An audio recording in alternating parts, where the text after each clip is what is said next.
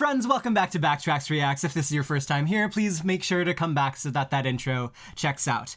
We are in the post-Chapter 200 fallout of 100 Girlfriends, and it has never felt better to be a Hyakano fan. Oh man, that was a great Chapter 200, and we're still gonna go on with that event. Like after this, we have probably 2 more chapters left of the Mario Party game. That's gonna be wonderful. But now we are doing more 100 Girlfriends anime reactions because I am falling behind and I need to get these out before I can't. and we have to do season 2 reactions. Yeah, okay. So we are doing episodes, not chapters, 5 through 7. So that would be the Nano introduction, the Kusuri introduction, the beach episode. Oh, such not beach episode, the pool episode. Such wonderful episodes we have going on here. This was really, I think, when 100 Girlfriends really started to get in the groove for me when I was watching it. The pool episode especially, probably one of the events that really stick. And it's so great, like the equalization of all of the characters and their roles within the episode. Just like a wonderful balancing act that really set the stage for how Nakamura is going to do everything from then on.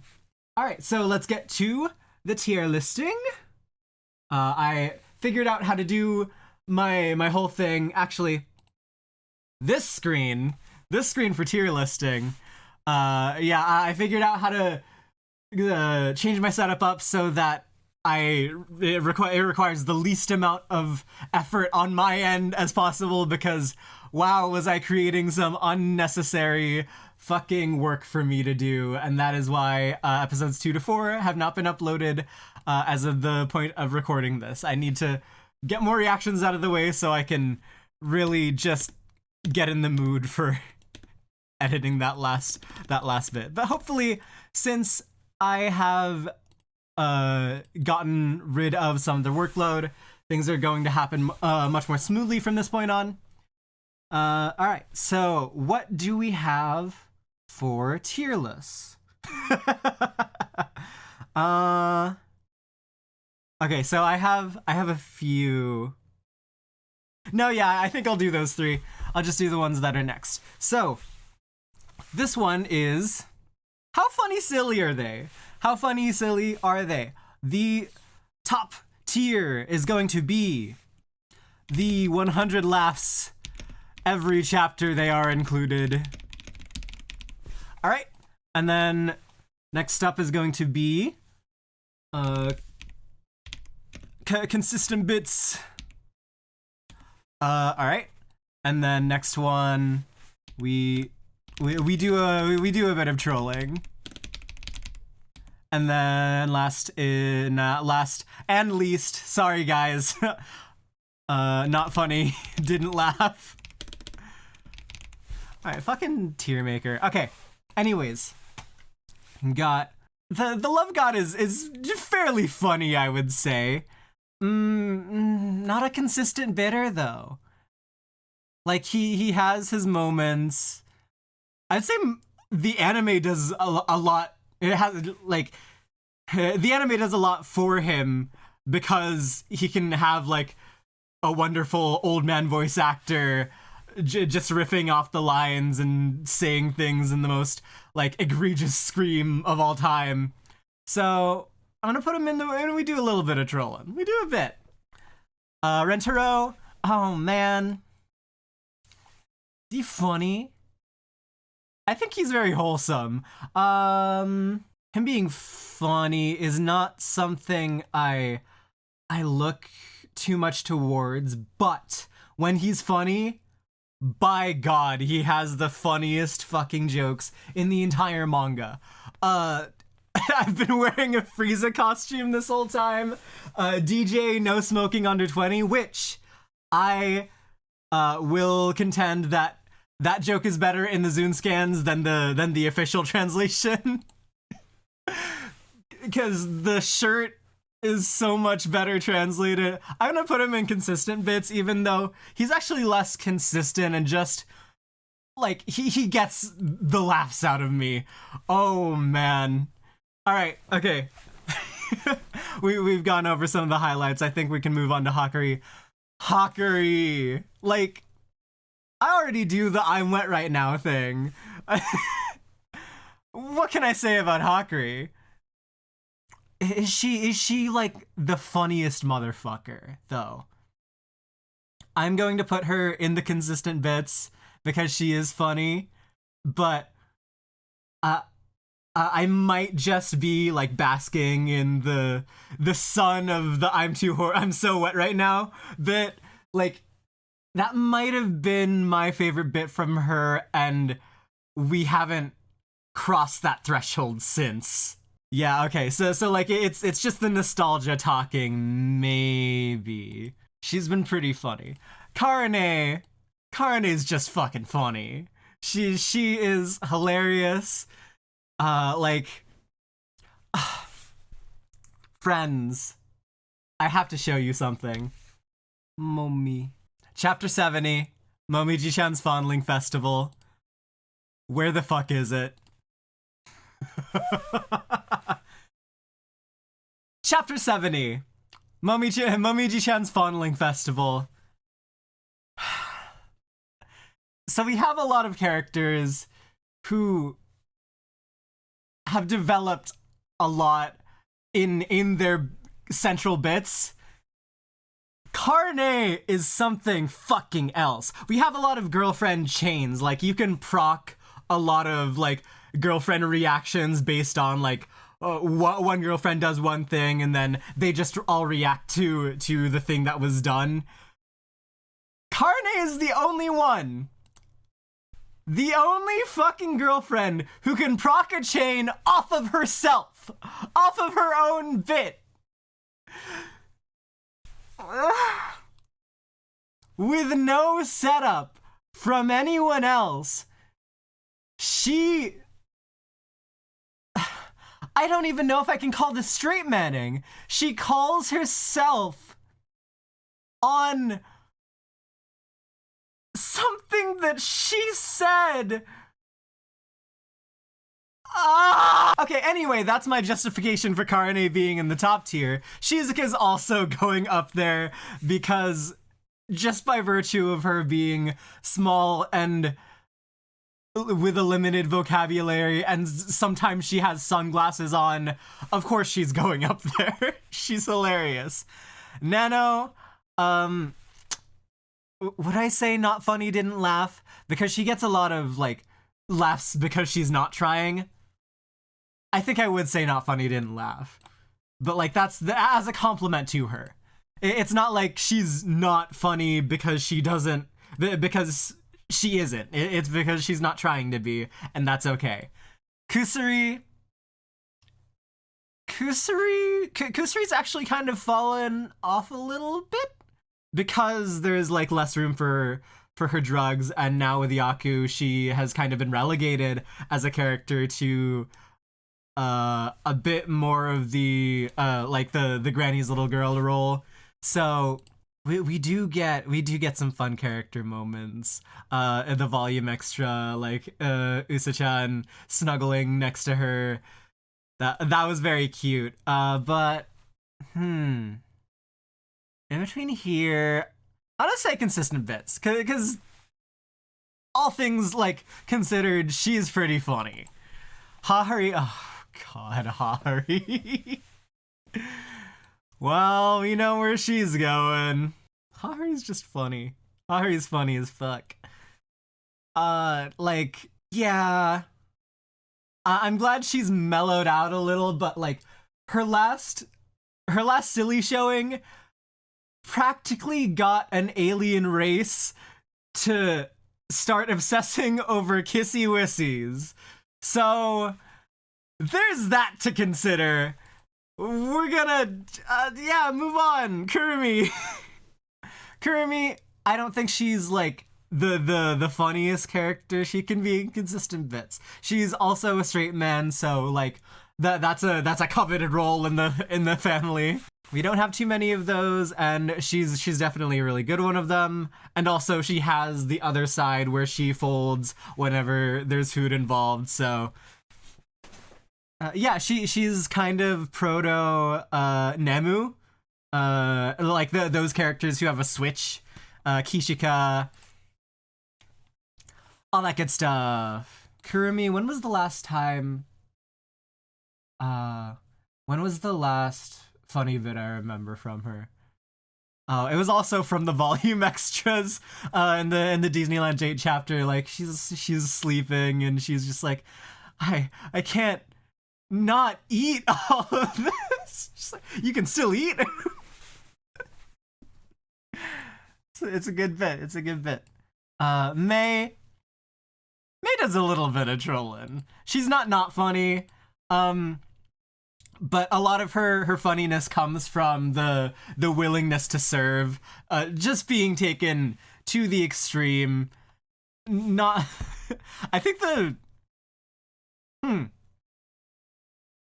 Oh, I like probably the spa. Like the last time she opened her eyes was when she was introduced to the spa that had Hahari's scent or whatever, and then also the date with Rentaro where they go to the 100 Girlfriends exhibit and they're just like, oh, everything here's so wonderful. Let's be selfless for each other the entire time. Look at all these like Hakari and Karane figures, or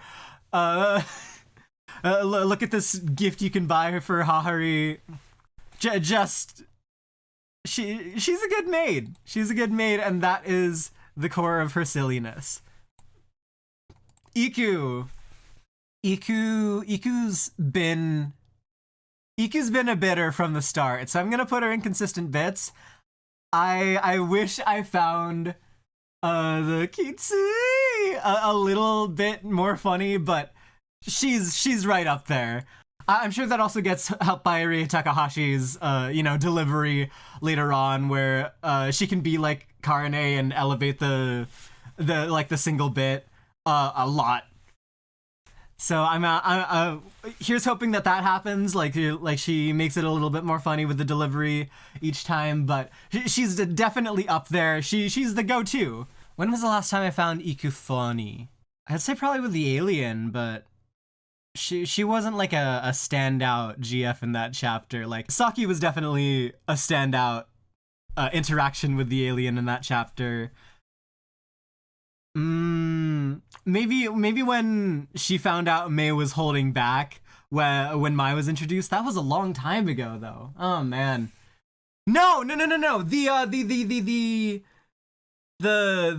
Nagashi Somen, the flowing Somen party when she is just getting overstimulated by like the rushing against the current and the bamboo the bamboo pads hitting her, and she's just like, no, do it, Rin, when I'm at my most vulnerable. I think I'm gonna put Rin up there with her just because like that is the last really good moment they share with each other. So funny, so good. Me. Oh, she's between here. Probably the standout moment, like off the top of my head right now, is the Momiji's Groping Festival 2, where she's just like, do you think this is proper behavior? And then Momiji's just like, yes, this is very proper, while she's groping her, and she's like, oh, well, yes, naturally. No, not naturally at all. Fuck you.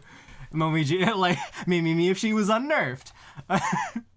No, Mimi would never swear even if she was unnerved. Don't worry about it. Unmitigated claptrap too. Yeah, the little house date with Rentaro when they were watching the movie. That was definitely the most recent Mimi silly. So yeah. I really like that one. That's good. Okay, moving on to Mei. Mei, She's silly. I think I'm more freaking out with her than I am laughing out at her.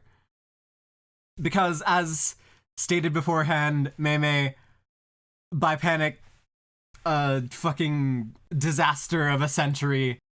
It's not that she's necessarily being funny, it's just that she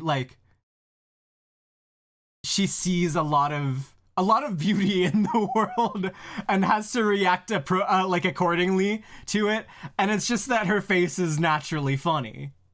Yeah?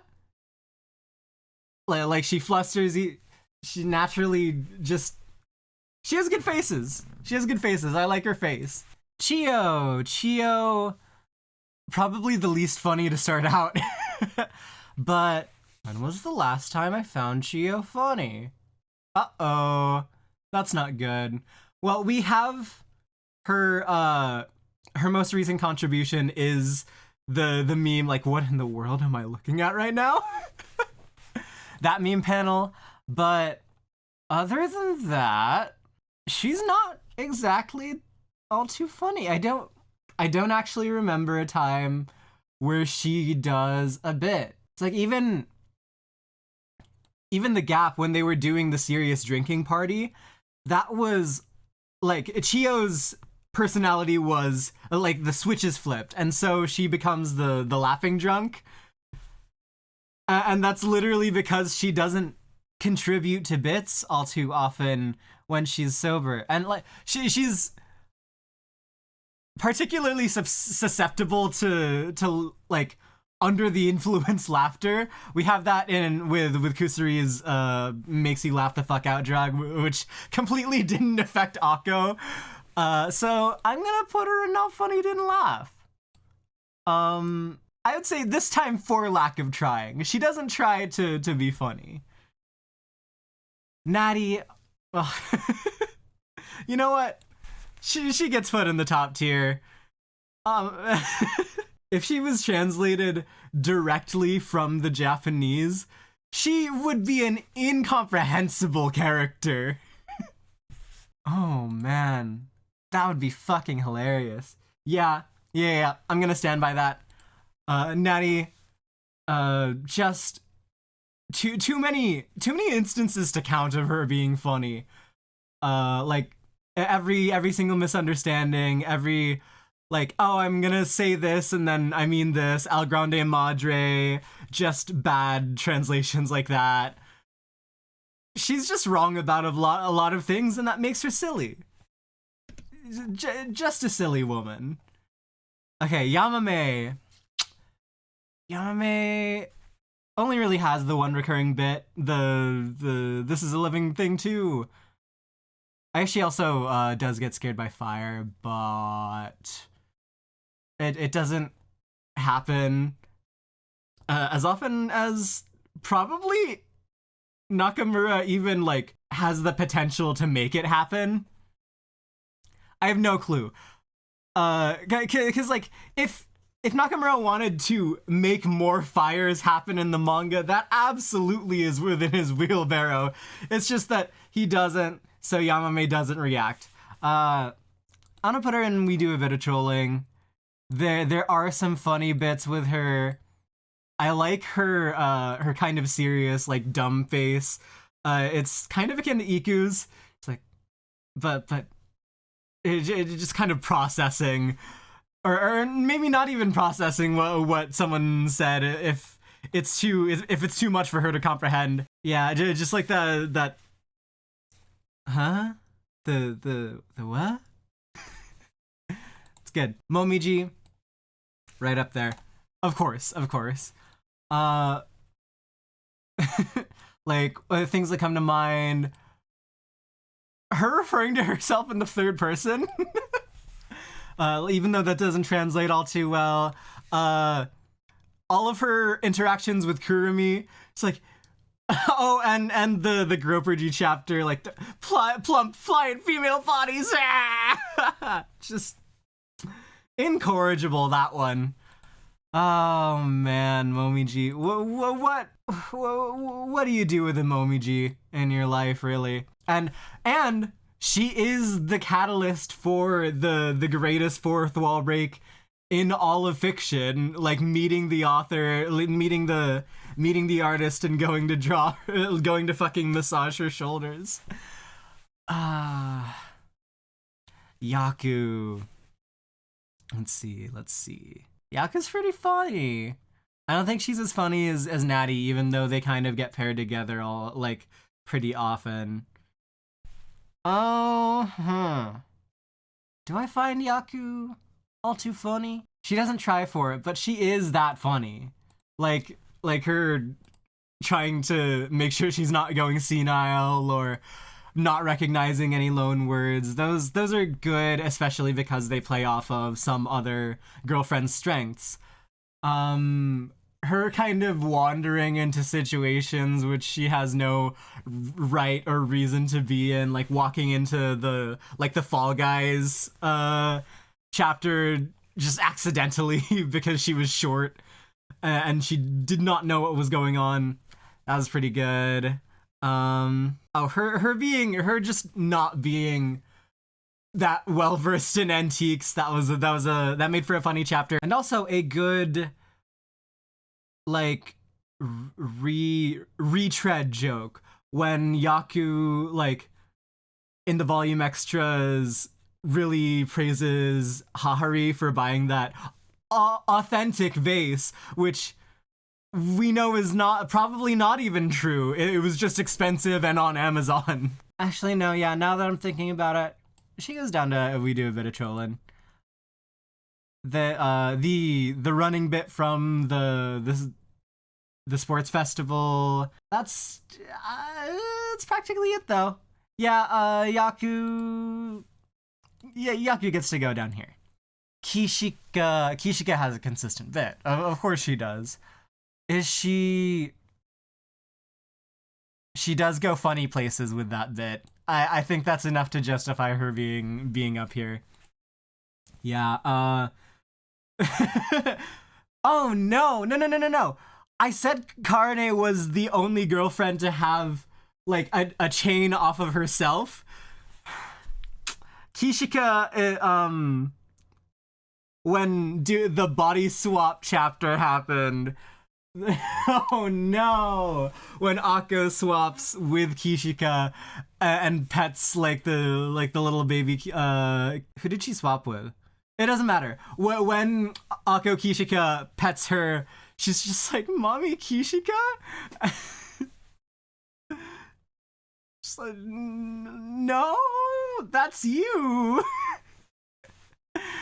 One of the straight men are like, what kind of state of mind is she in to to say something like that? Serious question. Like, we have to consider something. Like, are there problems with us? Do we have problems? Yeah, she's funny. And, like, of course, the beach sword fighting chapter with her really just about to make a baby with Rentaro. She takes her bit far. Akko. Like, if I said she wasn't the catalyst for probably some of my favorite laughs in the series, I would be lying. She's even more cursed in the official translation, I'll have you know, because the official translation uses much more fucking Gen Z slang, and I know all of those words. It's a nightmare.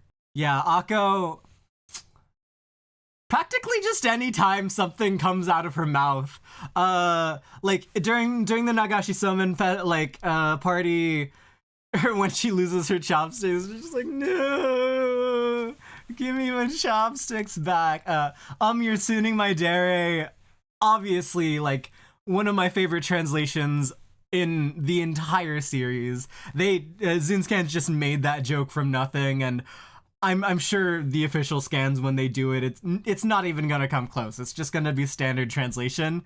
But you're sooning my dere is just fucking beautiful as a line. Let's see. What else? Just her stupid smile. her like funny laughing smile, her not getting affected by the make you laugh your ass off drug just because she has that low blood pressure. Yeah. Akko, my love. Also, my laugh. Akko, the reason I live. Uto's funny. I won't say she's like 100 laughs, but she's definitely in the consistent bit range. It's like every time one of the characters comes to a misunderstanding, like fundamentally about Uto, and takes it much more seriously than she herself is taking it. Like when Akko is just like, no, don't go. And Rentero's like, hey, Akko, she just needs to use the bathroom. And like Rentero also considering in her intro chapter, like, oh god, is this gonna have to be a long distance relationship? And like it confirms that we're not going to ever have a long distance relationship by virtue of setting up the thought experiment and then ruining it with the bit. But just such wonderful comedic timing with that one, and practically everything else that she does, just living her life, going fishing in the pond, fucking trying to snatch up her bag in the in the tree, going to eat lunch on her favorite hill, kind of dog walking Kiki, and also Rin, like getting the two actual musicians to follow her and love her as a fellow musician. Very, very funny, and I'm glad that it's happening.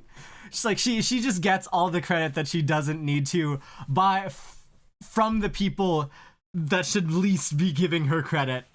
Really good, really good. I won't say she's too funny. She doesn't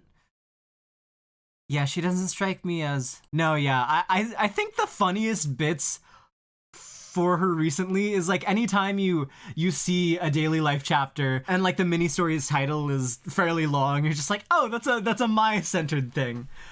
Yeah, other than that, she doesn't really contribute too much to bits outside of her little niche, and it's kind of something being tread on more by a lot of the other characters. We got Karane for the tsundere stuff, and well, no, Mai's main role is to be the Yuri little sister maid for Mei. In terms of that, though, she hasn't had too good of a showing since I'd say probably the little sister crisis episode where she comes down with a case of like little sister syndrome. And at the end, she's just like, just so you know, I fully support Hakuri being your big sister. Thank God, the little sister position is now back open. I am safe and sound, and thank you, sister. Yeah, I would say her first kiss with Rentaro just being the indirect one, because he gives her the excuse that, oh, you'll have an indirect kiss with Mei. That one's a good one. Not too prevalent in the bit area, in the bit territory. She has good faces, but yeah, I'm gonna put her down there. Momoha. You know, her pretty recent bit of like crying because she's reminded of her failures in gambling, and that getting in the way of her like presenting horny to Rentaro. Really, really good. Like, we have the two parts of her character being at odds. And I put her in consistent bits because she is very funny. Her kind of confession where it's like it's crossed out because, will you please have sex with me? We can't say that. We can't say that. It's like Rentaro saying, you've ruined this beautiful art. How dare you? Nozawa worked so hard on this. We can't ruin it. Yeah, she's funny. Sue. Sue also has fairly niche comedy. I will say the failing to be a literal regular human being and no basic life anything is so endearing. But yeah, I'll put her down here with these GFs. I think that's fitting. Not knowing that salt water is not drinkable. Wow. What a character. What a character. But in terms of like kind of a smug face or being wholly hyper invested into one thing or another, I think there are other characters that have a funnier bit, but I do think the serendipity of Hifumi being the 23rd girlfriend, like the first girlfriend of 2023, that is peak joke. That is like the perfect excuse to do everything you can to make a character about numbers. And so I think she's justified solely because of that. Like the timing of her release. Okay, Era. I think she's had some pretty good showings. I'm going to put her down here. We need some more bits from her, but the two that come to mind, obviously the rolling bit. I can't take this out with a physical attack. What's the best iteration of that joke, actually? Probably the when they're exploring the school at night and come across all the yokai. It's like, oh good, I can take you out. It's like the actual literal threats to a human life. And then the other bit I was thinking about was like if directly following that bit, Haru's just like, oh don't worry, I'll cradle you in my big strong arms. And then Era's just like, you know I don't do the age regression thing, right, Haru? Right? It's like, oh my. Yeah, that one's a good one, but I do want more Era bits. She's kind of lacking. Tama, funny. Tama, funny character. She's just a funny little cat. Like her general disposition, the way she talks. She almost kind of is Nemu adjacent. She seems like she slurs her words a lot, or kind of Nemu Akko, where she doesn't put her whole ass into a sentence. She just says things in like a daze, or like she usually doesn't have her eyes fully open. Just peak cat, and then like instructing all the others on how to become a cat, and just like all of the things relating to her not want to work. And wow, what a character. She's so relatable, because I also want to be a cat and not have to work. And a really good one was the cat food bit where Kurumi asks, just like, have you eaten cat food? Just like, no. Have you? All right. Kiki, Himika. Himika's a consistent bidder. Yeah, I like her smug face. And just the shit she does to have the air of quirkiness while also being sane enough as to not disrupt like social norms, which is such a sad medium to try to strike, because like that's all of being an abnormal talent. Just kind of breaking the mold and not caring about what people have to say about you or what you do. Oh, poor girl. Yeah, that's a consistent bit right there. Matsuri. I would like to put her in consistent bits by virtue of the Zunscan translation, but that's not technically like what is going on. She does have the Cockney accent, but she's generally kind of cuter. Not exactly funny. She doesn't participate in like the horny crowd. With like her one interaction with Hakuri, she's just like, I'm too young for that. I'm too young by half for that. It's like generally I don't think she has too many bits other than like stuff that relates to festivals or just kind of the shit that she says with her archaic language. I wanted to try to divorce her from that because technically the Zune translation is not the way that the way that the dialogue was originally intended. If she was written with a Cockney accent in mind, dear God, she would go up here. But yeah, generally she's not an instigator for bits. I don't remember the last time I found a Matsuri joke particularly funny. Because, like, I can't recall many of them. All of her bits have been kind of... all of her, like, her chapter things have been, like, more cute or serious with the Infinity God. Like, with her falling asleep with Rentaro. That was just completely cute. But yeah, not exactly too funny a character. Usa-chan has to be at least here.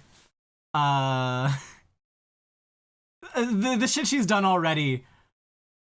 She hasn't had too much focus, and like she hasn't had any focus outside of like her character being reverse trichophobia. I said this last time, but yeah, her bit consumes her, but it is just such a strong bit. Being able to kind of slot into the family as a first chapter and kind of reversing the order of the family introduction chapter and the Rentaro, like the Zing and confession and the girlfriend chapter, that was really good. And also her relationship with Mimi. Oh man, she is funny. This is the last time I found her funny. I do think the Mimi interaction was definitely the last time one of her bits was just so over the top. It's like, please don't follow me into the bathroom, into the bathroom stall. You can be in the stall next to me. Just can I have some privacy? I can only do a Mimi voice. I'm sorry. I should do her voice more. Just kind of ad-lib with her. Meru. Meru's... I want to fight against the Meru bias that I've been having recently. Is she like... Because like my immediate reaction was put her in consistent bed. She's a fun time. No, yeah, I wanna keep her there. She has taken a bit more of like a kind of logical straight manning role with like fourth wall kind of writer aspects to it. It's like that. I believe I see how this chapter plays out from here. Or yeah, just her being kind of a little bit more aware of the dimensionality of 100 Girlfriends at all times. Like she knows probably more than all of the other girlfriends that she's in a manga at all times. Because she even recognizes that within her dream state. She's just like, oh, this is the bad ending of 100 Girlfriends. Yeah, she has her moments where like despair and fairy tales hit, but also I think having non-threatening fairy tale explainer. Non-threatening page turn fairy tale explainer Meru. I keep trying to say Nemu. Meru. They both have the dream kanji in their name, which is probably why I'm actually messing it up. But yeah, Meru flipping the page to kind of explain the fairy tale that happened in Nemu's introduction chapter. So good. That was my favorite Meru bit. Saki, I want to say we do a bit of trolling as of now. And also probably Nemu, because we don't have much Nemu content for her to be higher up. We need more time for these girls, obviously. And that's why probably later down the list I put more girls down into this tier, just because we don't have as much time with them. And also, because now there's more of them, we don't have the time to get more time with them, which is a fucking tragedy, but it's just something we have to kind of be patient for. We have to wait a little bit more for these girls to be a bit more fleshed out, and that's okay, because we have so many of them. The beauty of 100 Girlfriends is that there are 100 of them. Anyways, yeah. Nemu, what is my favorite bit from her? Saki, I didn't point out the Saki bit. It's definitely the alien bit. Like, I don't know how to progress from that bit.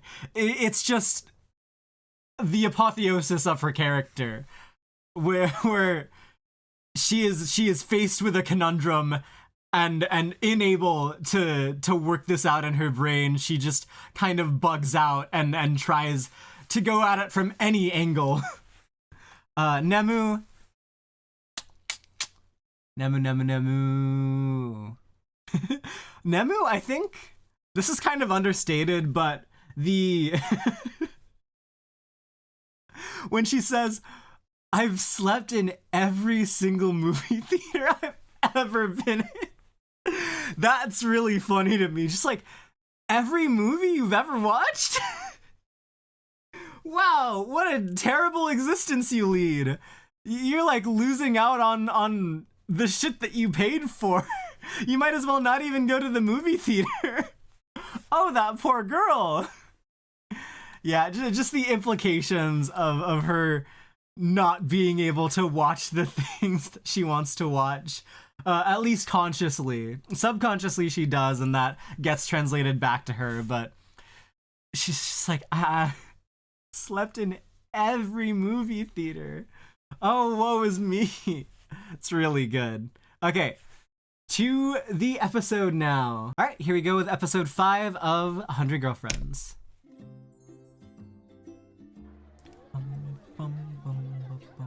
Interesting. Oh. I really do like the kind of hokey explanations or excuses that Rentaro gets within like the first 5 girlfriends of meeting the new ones, where like everyone's kind of in the background or doing something else, and then Rentaro just happens to meet someone separated from all of them. Nowadays, it's just kind of like, we get it. But now, but beforehand, we actually have to set up kind of a scenario. Muigi. Oh, Seto Asami. Good role. A good voice actor for the role. I will say I am surprised how well she can play different aspects of a kind of less emotional character, like a toned down, kind of more shy or demure character. Like Nano being efficient, she's very like robotic in her speech, but when she plays Yori in Whisper Me a Love Song, she does it in a wholly different way, where like the emotions are of course muted and kind of like more subtle to get across, but her voice is different for that role. And I will say, if you want to hear the voice of Nano sing more like you like her voice in the OP, there is like an album of Whisper Me a Love Song out there, and it's pretty good. I like the Whisper Me a Love Song music, among other things that Whisper Me a Love Song didn't do as well. But yeah, Seto Asami also does Nobara in Jujutsu Kaisen. I do pity the people who, you know, have this worldview where efficiency is king and everything is to work towards a better college, to get a better job, to get more money, to whatever at that point. Because like, what are you doing with that efficiency? Is it just money? What purpose is that serve? Like, in living the most efficient life possible. What comes after that? Thankfully she's breaking out of it as we speak. And through different methods, all the while becoming more efficient, which is interesting. I'm glad that she's kind of doing both at the same time. She's playing both sides so that she always comes out on top, and that makes her more efficient. That is an interesting transition from the opening. That is interesting how Shizuka is actually not too studied. I really wonder how competitive the school is, because I do think Hakari and Shizuka seem to be fairly smart. Like, in my estimation at least. My estimation means, like, if you read a lot of books, you're smart, because I don't read a lot of books, and I'm still considered smart by, like, school standards. Japanese schools, probably a lot better. I wouldn't survive there, but, like, I was, what, top 15 in my high school? I didn't read a lot of books. This also, like, this is, like, the most hokey excuse for them to not notice anything going on. I really like that. Be ambitious! just tsundereing everything. Oh god.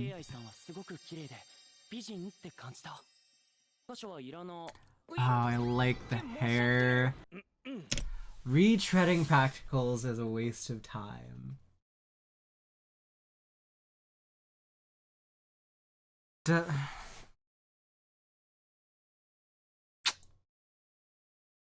Actually, that's pretty interesting. Cause like, what does she retread? Like, does she have like a daily routine? Is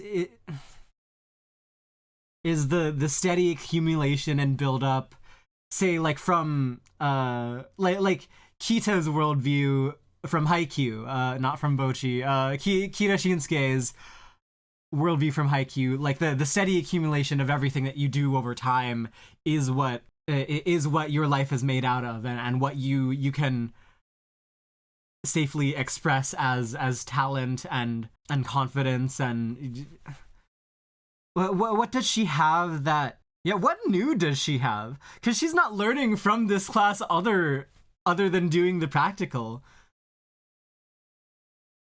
Like, what does she get out of redrawing the the results from the book? Is that like drawing practice? What purpose does she have for that?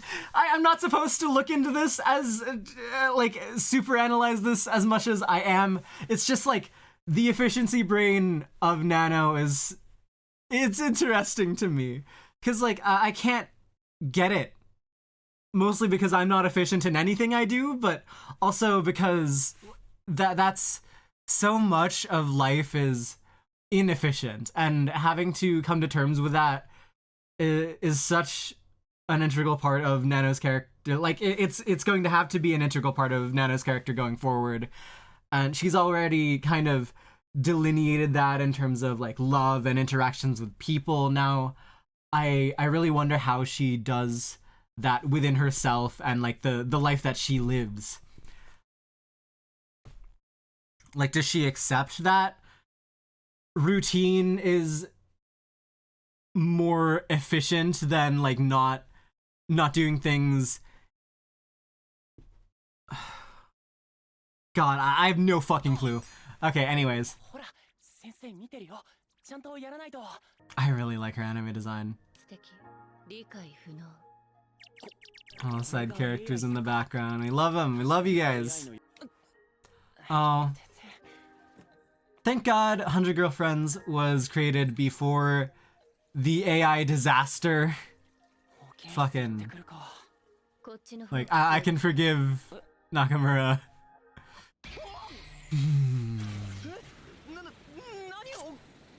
Oh, and the anime adaptation. Oh, and the anime adaptation. Like, this isn't in the manga. What were you doing here? Were you cooking, perhaps? This is chemistry class. They're whipping up something fucking special, magical, crystal.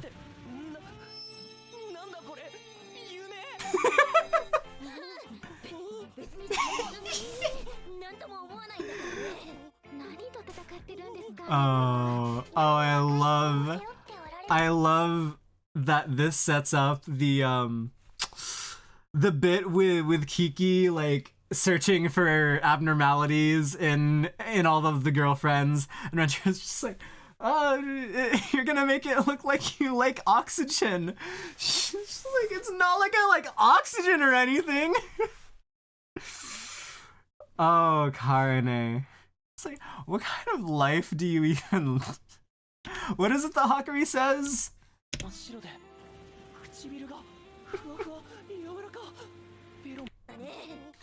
What are you even fighting against in life? Who's your enemy here?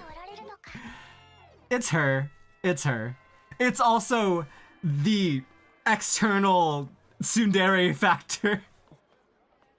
Because that is a physical thing that she has no control over, or little control over at least. She's so pretty in the beginning, and she becomes so gremlin-like as the manga goes on. Not that she doesn't have any like pretty moments, but man, has she had some fucking gremlin, some gremlin showings. Rentaro, you're the best of us. What the fuck do you do, girl? And like... False! Literally, actually false! It's not the case that... She really needed to look into more studies. She needed to be more efficient with her reading of the things that make people better at academia or more efficient in their work. You need that period of rest to be able to function productively. And like you need to have time to like set things aside, set a problem aside and incubate it so that you can come to a more rational, like well thought out decision, even if it's just set apart for what fucking just what a mindset. It makes sense that this is the first mindset in the narrative to actively have to be proven wrong, because literally just wrong. And also the intrinsic and like the extant value dichotomy. You can't just hinge your life on reason, which is why I am an INFP. Oh, you poor girl. Thank God. She would not be living a life without Rentero's family. And that might actually be one of the tier lists that I'm doing today. The austerity of her room, the efficiency. What are we doing here? Just like algebra? They're in high school. They're in high school. First, they're in like 9th. So that's nice. She's not very efficient though. She should be studying calc. Like someone absolutely devoted to... Oh, I love Asami Seto. Oh. Yeah, anyone who's able to memorize that much of pi really should be further along in mathematics at the very least. Really, she's holding herself back by attending classes. Like, that's not efficient. Okay, this is a really good bit. Maybe I should not have put Nano all the way down. Oh, the OST playing here. That's really funny. Yeah, I like that. having the OST there, like that's the first OST, the progenitor of all of this. Ooh, the Hakari disappearance OST. Very dramatic. Girl, Jesus. The thought of anyone living their life like this just kind of takes it out of me. Yeah, the way that Rentaro responds to her efficiency mindset is so wonderful. I think this actually made me like Rentaro more than like the other moments beforehand of him being just an absolute Chad. Yeah, this episode made me really warm up to him as a person. They all have their sides to them. Oh, I wonder if this is the same amusement park that Rentaro takes Nemu to. It's definitely not the same one that him and Shio go to. Ah, the Shifuku.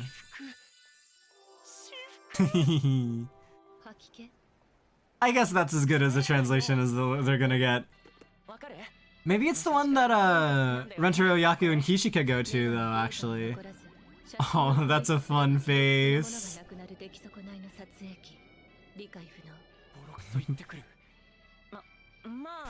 To be fair, not inaccurate. But also, yeah, that is for a purpose. And, oh, yeah, I like the through line. Just like using... No, I guess that's already like explored by the end of the... No, I mean, not really.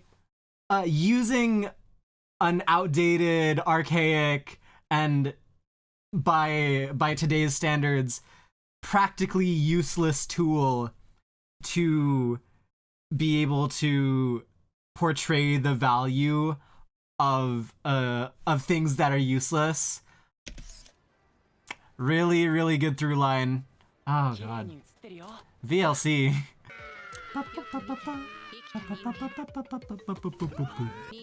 Oh, the chapter extra. Those poor kids. I like that. I like that. It's technically Rentaro's being the efficient one there. It's like, it's a good bit, but also... Why is Rentaro the efficient one? The human house. That's just a house. That's Haruhi inspired. That's Haruhi inspired OST. I'm gonna call any fucking like daily life, wonderful like little wind instrument flute playing bullshit Haruhi inspired. I apologize. Itsumonofuke is just that good of a piece. And it, to be fair, it probably is inspired. I like the guitar in this one though. Let's just plow through them. Armor tighten them.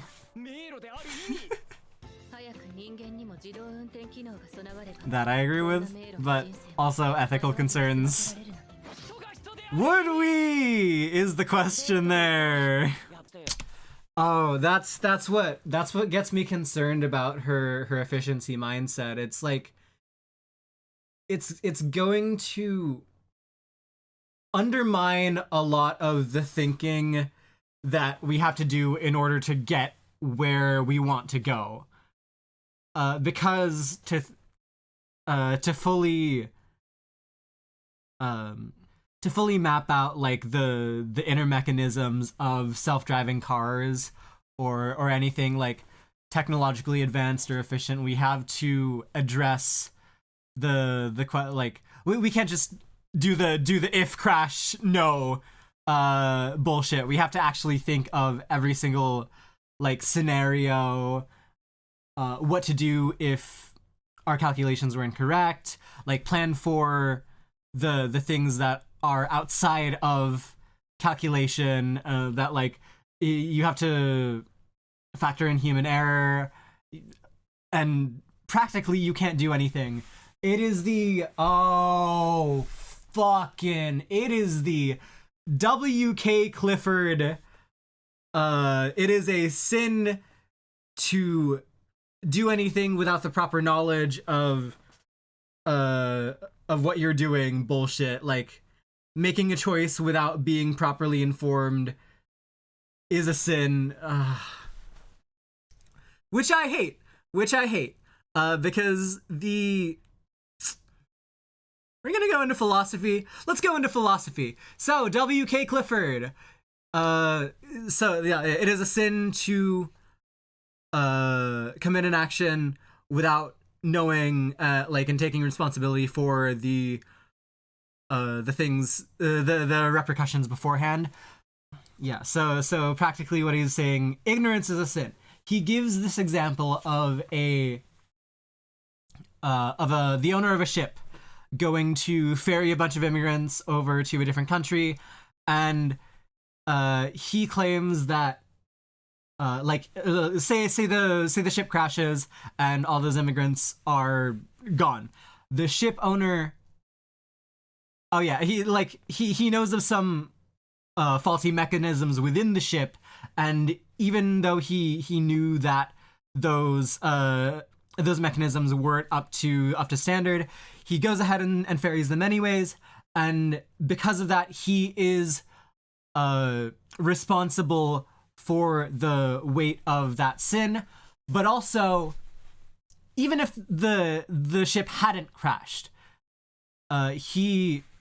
Clifford claims that ship owner is responsible for every the potential deaths of those passengers, because he was stingy enough to not fix the problems that he knew were potentially going to be a problem. God. And stupid fucking argument, because that also implicates the passengers on the ship for boarding the ship even though because they didn't know about a potential problem with the ship, and they should have if they wanted to be safe and live. And he didn't mean to implicate the passengers on that ship, and I know he didn't, which just makes it the stupidest argument, and I hate it. So yeah, in making, oh god, but like, he's kind of right. In the scenario, it's also not about knowing everything, because you can't know everything. You can't control every variable to the tightest degree. You can't even like account for human error in most cases. And so being able to do what Nano wants, like perfect self-driving cars, being super efficient, like the efficiency mindset should really be debunked by the fact that she hasn't done it yet. She hasn't made self-driving cars. If you were so efficient, why didn't you do self-driving cars yet? It's not efficiency that we were worried about. It's practically everything else. And also making money. That's main concern number one for anything. And that also sucks for different reasons, but anyways.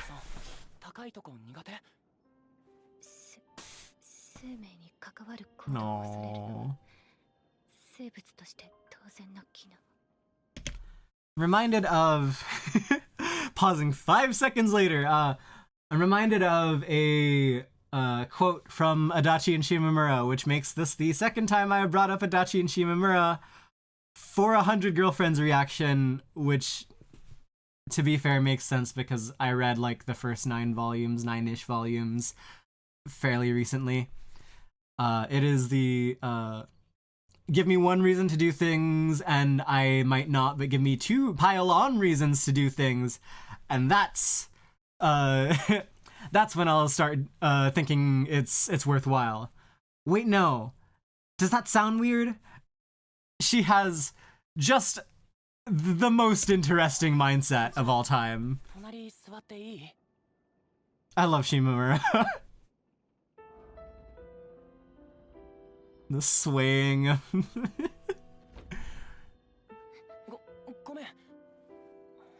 Oh. The efficiency. She knows it'll feel better if she holds his hand for some reason, but she doesn't really know why. She doesn't have a reason, but she know this is her first act of inefficiency. Or kind of like, what does that make that? No, because she has a reason. She just doesn't have a reason for that reason. She's doing the Clifford thing. I don't fucking know. Anyways, cute little moment. Why does Rentaro have lover on his satchel? The fucking goat. Oh my god. Every little bit. It's not too hard if I pay attention. We all strive to be Rentaro.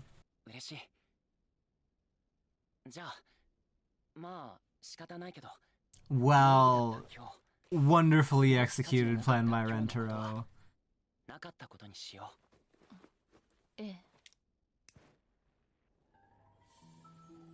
Ooh, like the string crawl there.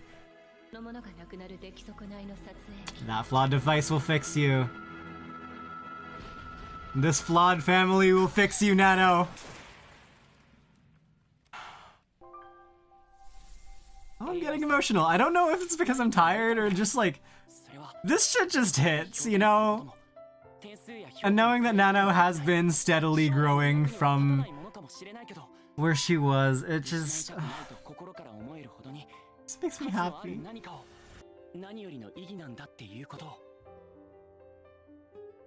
That's why he's the goat, my friends.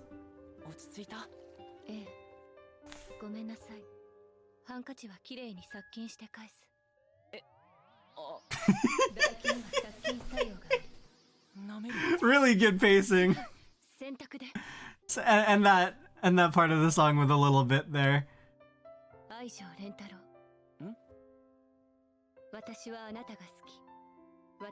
Oh, she looks so pretty with the white little hair. And the fountain popping up again. Oh. There she goes. She does turn a little gremlin-y.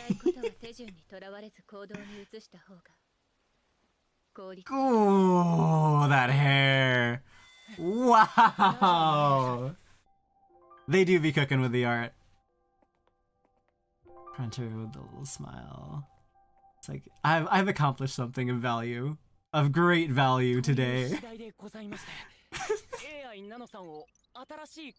It's really funny how, like, just 4 girlfriends in, Carney's just like, whatever at this point. Fucking okay. Oh, pow. Oh, cute little Hakuri. Yay! That's such a cute Shizuka. This is the first time they like see, like they look each other in the eyes. The start of a wonderful relationship.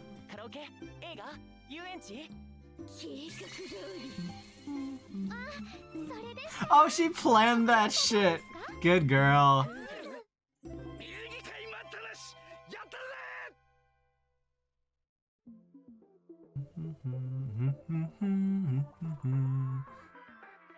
Bum bum bum.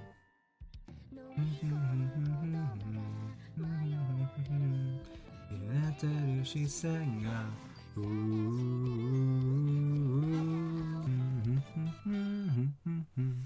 Aww. Alright. So, I have realized that I'm too tired for this. My sleep schedule is too in the wrong. I will reconvene with you. You don't have to wait for anything in the same fucking video. Whatever. Bye bye bye for now. Friends, I cannot handle the cold. It's like, what, 45? It's cold. I'm in Cali. I'm not built to withstand the weather here, or like withstand cold weather. Otherwise, I don't know what I would do if I were to move. I would just freeze to death. I love being warm and cozy and lovely, and I don't know what to do with this newfound cold that somehow California is getting. Stupid ass climate change. Anyways, we are going back into the tier listing. I would love to say I have gotten a little bit better sleep, but all I've done is kind of mess up my sleep schedule more. I'm reminded of the Yofukashi no Uta line, the people that have trouble falling asleep are the people who didn't feel like they got enough done during the day. That's definitely been one of the lines that stuck with me the most in recent memory. And I only recently watched it, like, probably this year, yeah, because that's when Bling Bang Bang born. Yeah, earlier this year I watched Yofukashi no Uta. Wow, it actually hasn't been too long. Anyways, to tier listing. All right, so this one is going to be how fucked are they without the family? Could they live, or would they fucking just actually perish without the family? So we are going to do literally would die without Rentaro. And immediately, obviously, to come to definite mind, Tama and Usami, they need him, dear lord. Let's see. We got would live a diminished existence. Drawing from the I had been listening to John Mulaney a little bit ever since this video started. So if I have any comedy influence right now, that is going to be where it comes from. We have would gets along fine but does not thrive, and then own lane. Yeah, okay, that's fair. Sue's in her own lane. Is Sue in her own lane? I would like to say Sue's in her own lane, but like then again, the incident with the seawater really does not spark confidence in Sue. So I don't know if that's an own lane thing or she would die. She would die. I'm gonna say she dies. Yeah. Okay. The god is not relevant. He's in his own lane. Rentaro. Oh man, actually, huh? Rentaro survived 100 rejections without being, depressed enough to not live any longer. It's so he has a bit more confidence than I would. He does. He is shown to just bear it, but practically he did make it to the point where he has the family. So I'm going to put him in diminished existence. Hakari. I could see arguments for literally any of these tiers. I'm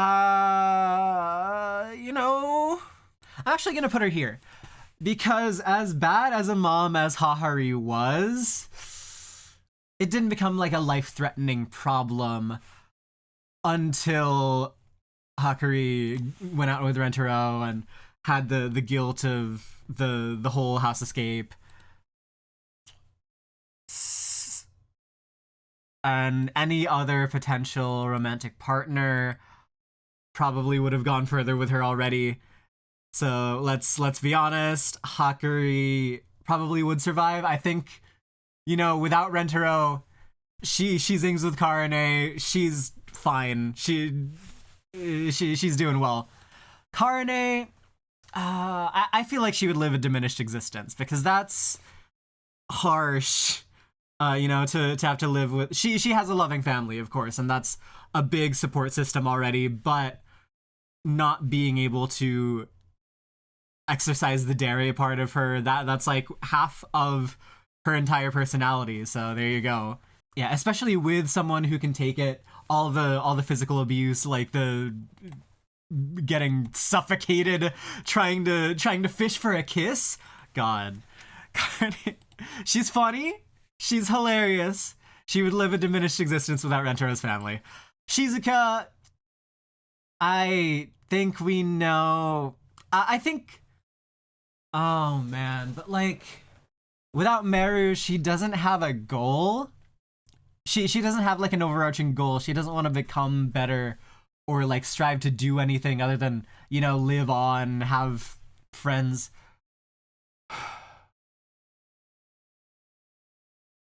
I'm gonna say diminished existence because like this tier is for the real fuck ups.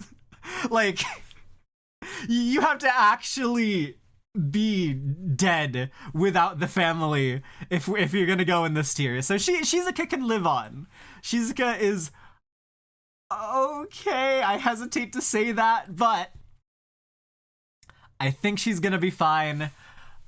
She just would have a much harder time, especially without someone to do the whole ebook thing for her, someone to really pine after or spend the time with.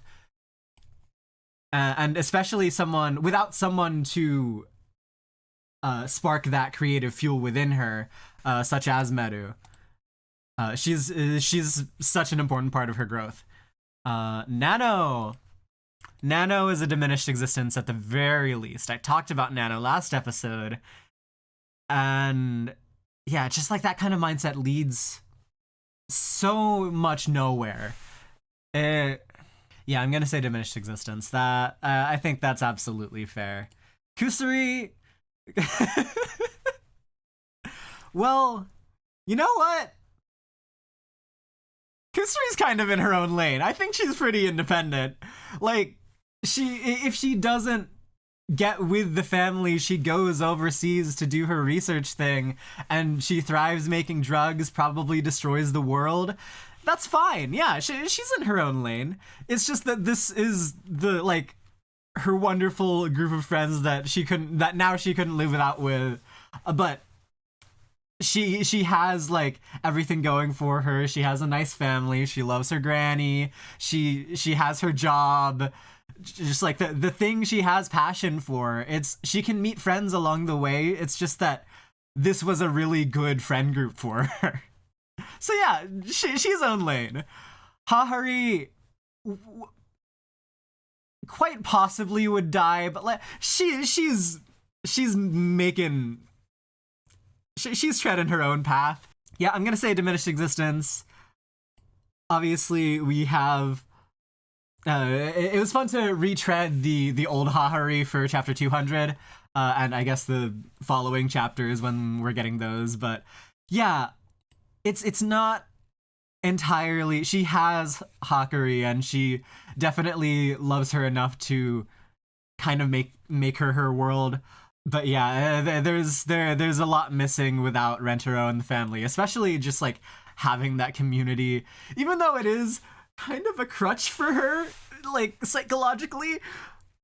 We're gonna ignore that. She's fucked either way. She's fucked either way is what I'll say about it. Kurumi, I feel like she would die. I feel like Kurumi would die. Yeah. Like without a group of friends that have the like utmost belief and love for her and are willing to feed her just to see her reactions to things, she might find it tough. I mean, she was already like starving without Rentaro in the chapter that we met her. So Yeah, I'm gonna say she kind of dies.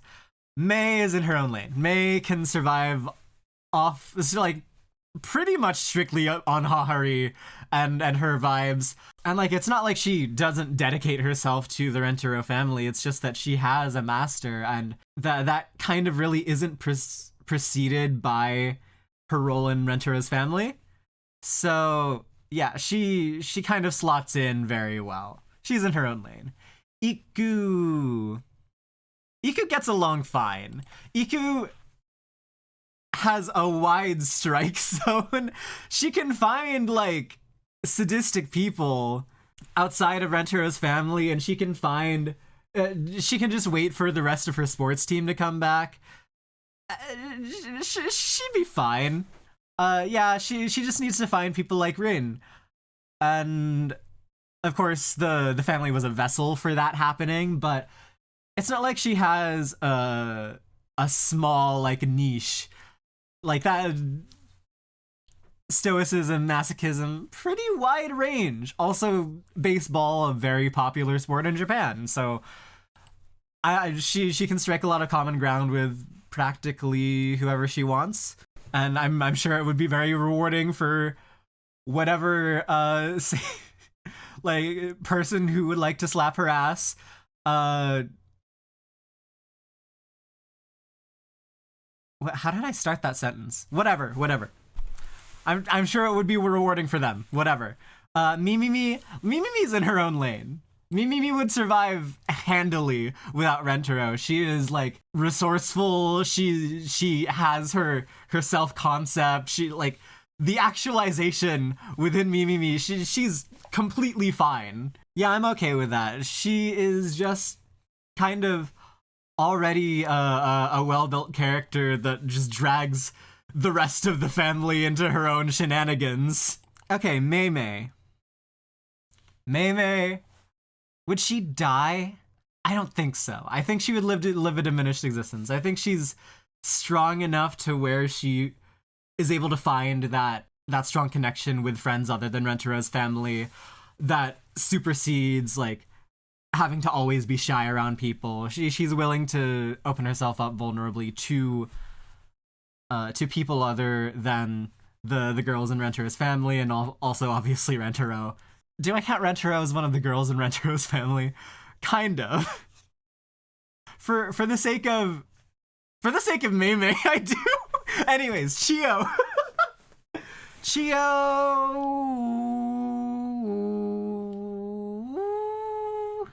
in her own lane. I feel like she hasn't had enough life experience to really fully be independent and take on the responsibilities that she has been taking on already. But once she gets there, 18-year-old Chio, yeah, she's gonna be comfortable with herself. I think. Natty, oh man, Natty's in her own lane. Yeah, I feel like a lot of the adults are able to, get by. Natty, she just kind of be doing her shtick with or without Rentaro's family. It's just that kind of like the May thing. It's just that she slots in really well and obviously enjoys their company. I'd say probably she has, maybe without the group of people that she's able to like kind of open up to, get the vulnerability out of, showing everyone her ID card and her history and all of that. It makes the processing of her kind of dualistic nature a little bit more rough. So yeah, I'm actually gonna put her in that tier, but she's somewhere in between here. Yamame is in her own lane. Yeah, she doesn't really need the she can find a boy who fucking likes tall girl. Maybe not in Japan.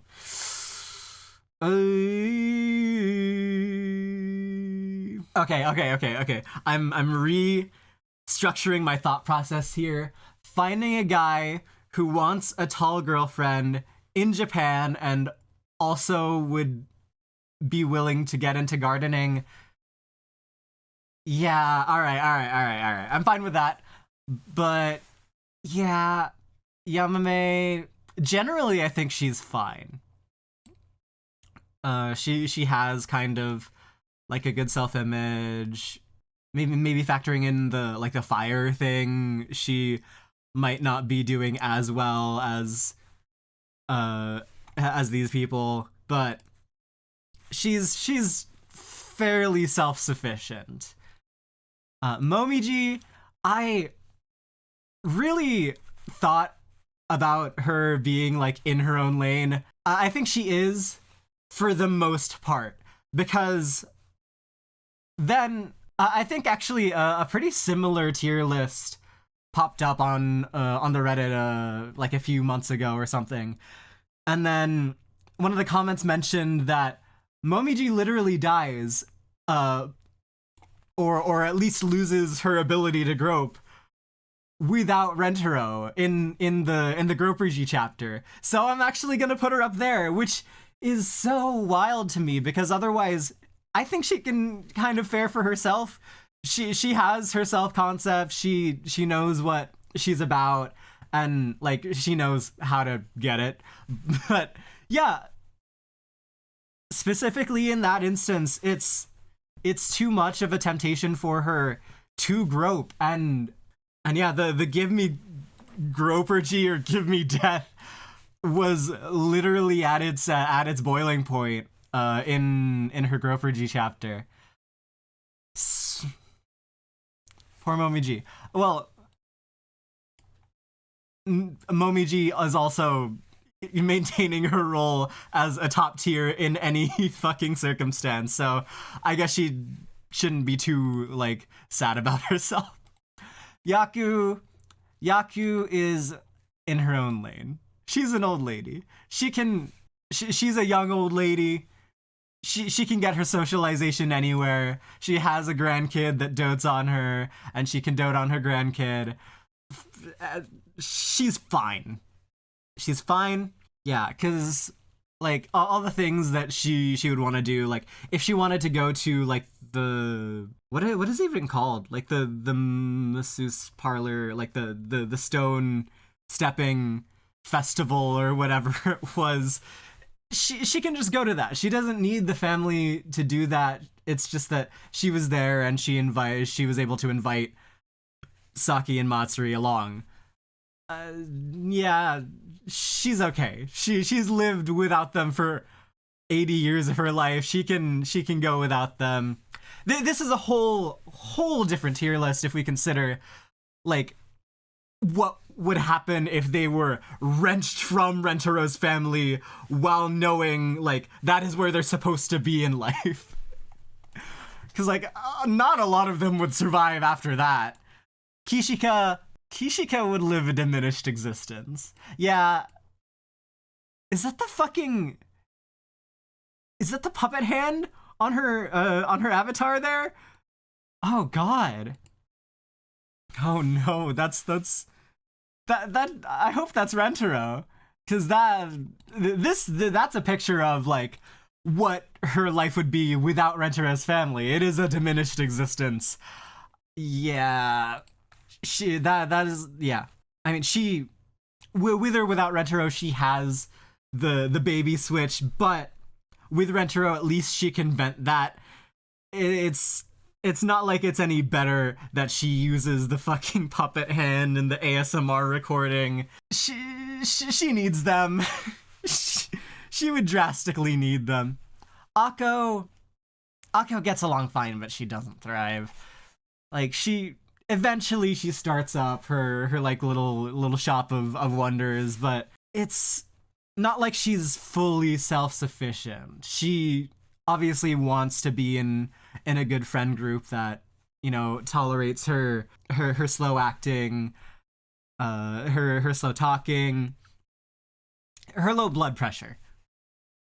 But like also people love Akko. People love Akko. I don't know why she doesn't have friends. Yeah, I'm gonna say she's not entirely in her own lane because, say without Karane, say she runs into that old friend group again, what does she do? She has no one to vent that to. She has no proper like experience really coming to terms with those emotions. She's just like, what face should I put on? It's so sad. It's so sad. But that's why having Karane there, that's why having Rentero's family is such a must for like a lot of these girlfriends. Uto's in her own lane. Right as I say that, Uto's in her own lane. She's fucking fine. Whatever. She's probably the most independent of all these. Okay, no more explanation needed. We're going on to Mai. Mai's kind of in her own lane, regardless of whether or not she joins the family. Okay, I'm gonna put her here because without Rentero and the family, she doesn't get her like otome game fucking dating sim fantasies out. She doesn't get to vent that. She only has her Yuri side, and that's not sustainable. You need to accept both sides. You need to be the villainess. Anyway, Momoha. Would she die? It's like the thing about the older girlfriends is that they've lived life already. Oh, this is hypothetically, this is without Hahari as a chairwoman, because like things don't get to that point without the family. She would die.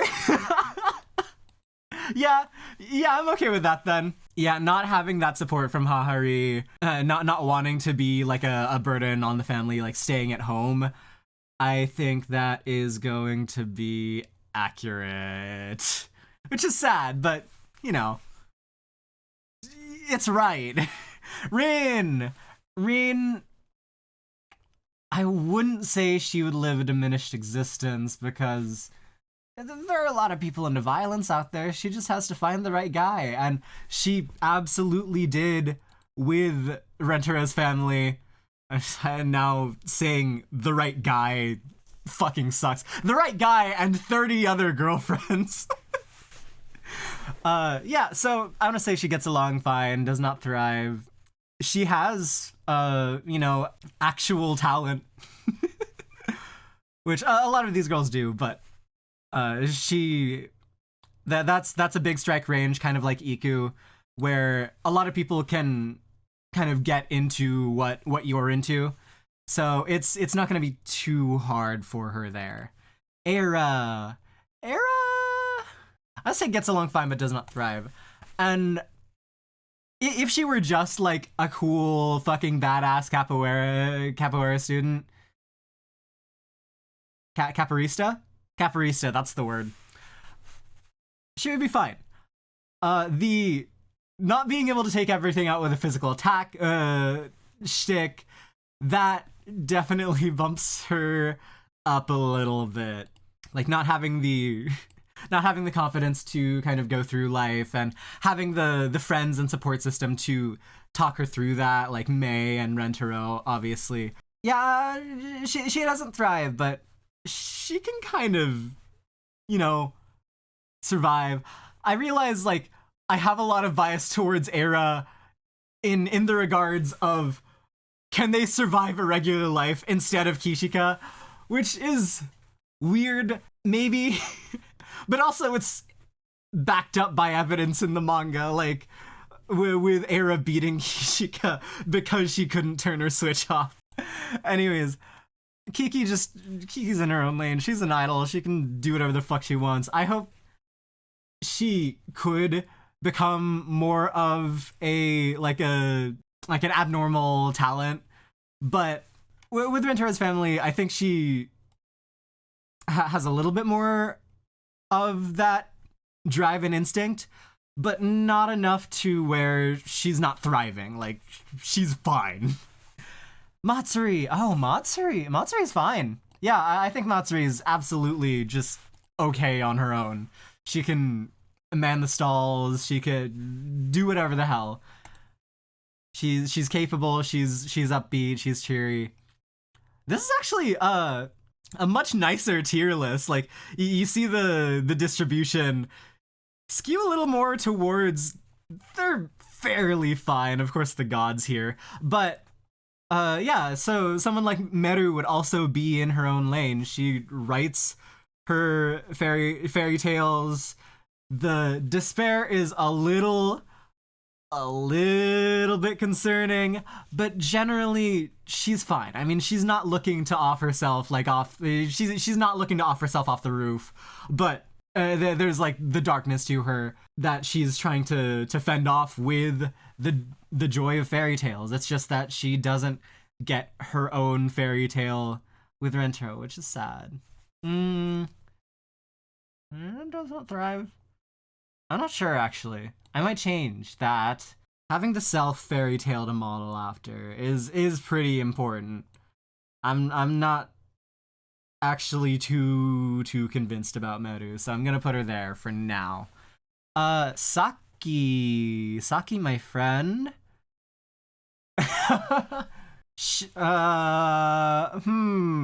Actually, she might go like up here. this sad Bancho, because like first of all, she doesn't live with an actual squad, so that puts her at least here. That's at least a diminished existence. Other than of course like the little kids at the candy shop, but also she's not good at anything. She has to win by default through her age. And I don't know if that just like somewhere along the line just leads her to her fucking dying somewhere. Just straight up due to flat out incompetence like Sue. I'm gonna put her up here, actually. Yeah. It's funny enough that I'm gonna put her up there. Nemu's actually okay. The thrill seeker thing, because we can't deny that part of her. Like almost immediately after joining Rentaro's family, she develops like the joy in thrill seeking, and without that, this is kind of does not thrive. Lived a diminished existence. I'm not. I think she would consider it a diminished existence, but I'm gonna say she's in this tier, cause like she obviously wants to be able to stay awake a little bit longer, and like not fall asleep for important moments in her life, but it's not like she's losing out on much by like because she's dreaming about the shit that she's doing and then waking up and oh it's done. No, yeah, like. It's not to the point where she's with these motherfuckers. So I'm gonna slaughter there. Okay. Onwards and upwards to the beach episode, I say. Beach episode. I keep calling it that. That poor shopkeep, she does not know the reckoning that she's about to be delivered.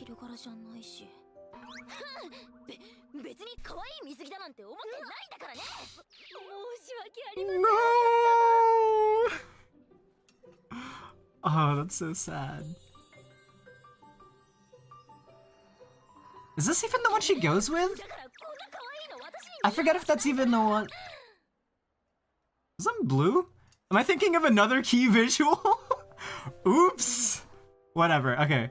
We'll see. I cannot wait for, like, season 3, 4, 5, 6, 7, and hearing all of the girls just singing the same fucking song. How do they even balance that? Like, how do they audio mix that shit? How do they give appropriate time to all of the girls and their roles in the song?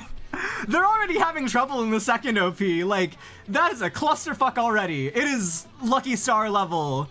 And they're just gonna keep on increasing the number of it's so funny. It's so funny.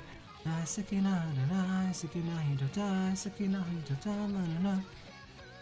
like the harmony there. She's swirling. She is so evil. The Hawaiian swirl.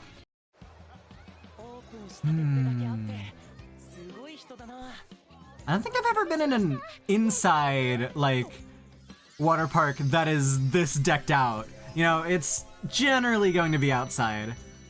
And even then, I haven't been to many either. Holy shit. Oh my god. That's like... What level is that? If we're power scaling, what are we gonna do with that? Is that... I don't think it's Saiyan Saga level just yet. That is a strong beam though. But like, Piccolo blowing up the moon, Dragon Ball, fucking whatever. The modesty. He's so solemn with his face here. Why is that the first thing he assumes? Oh, I feel ya. I get it. She's just using it as an excuse. I'm just a cold motherfucker that gets cold very easily. Oh my god. The Turner, she's doing the thing naturally, like that's not a scheme. That's just because it's efficient. She doesn't want to break her back any more than she is. Aww. This is a really good Shizuka episode. Oh man. This, like, what a brilliant fucking group setting. Like, having everyone together for this event really set the stage, like the standard for exactly what the fuck we be doing. Oh no. No! This is like a core component of her character as well. Like that's a main aspect of Circlet Love Story, and using that in describing her just spinning around in the pool. Whoa. They do that later! They do that later! Oh god! Oh no! That comes back! Granted, it's in a different type of pool. It's in the flowing salmon pool. But they definitely break the rules, and they're much more nonchalant about breaking the rules like 200 chapters in.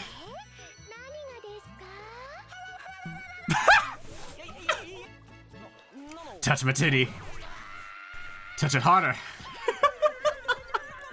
She's savoring it. I like the facial expression there. It's just like, yeah, it's the one. Yeah.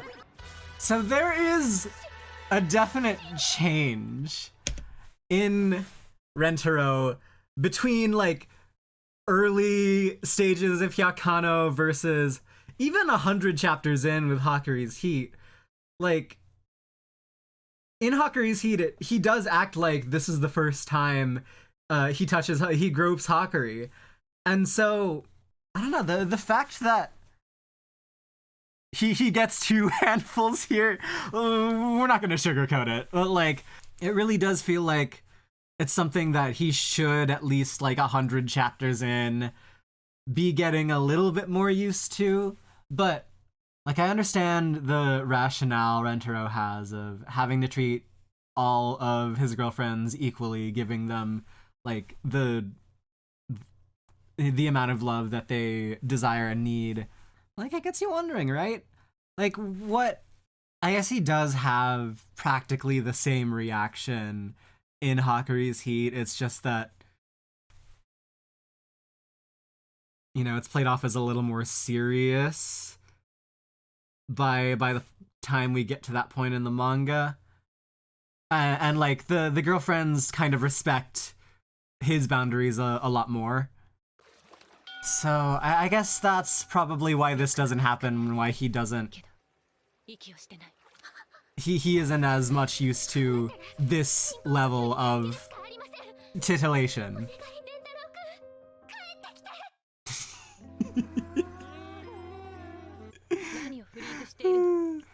Yeah. It's the same exact fucking pacing. I love it. That's so good. The boom. Okay, this one, the piano part is a little bit more extended, but like practically every single one of those had the exact same music pacing. Really good and funny. You can see them in the background. Aww. Oh no. She's so helpless. She's good. Just do a little paddling. No. No, she's getting nowhere. Oh god. That's scary. That's scary. Oh, the little animal in need of help. If no one were protecting this creature, it would die.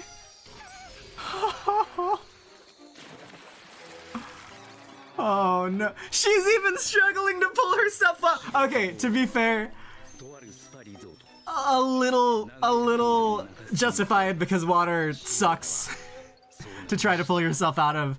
But oh god, the detail there. A male lifeguard. What, are you worried that you'll get another zing? It hasn't been that many chapters. Oh my god. You know, at least the subs team had fun with this one. Legend says, friends, isn't it good to know that you're not this bad?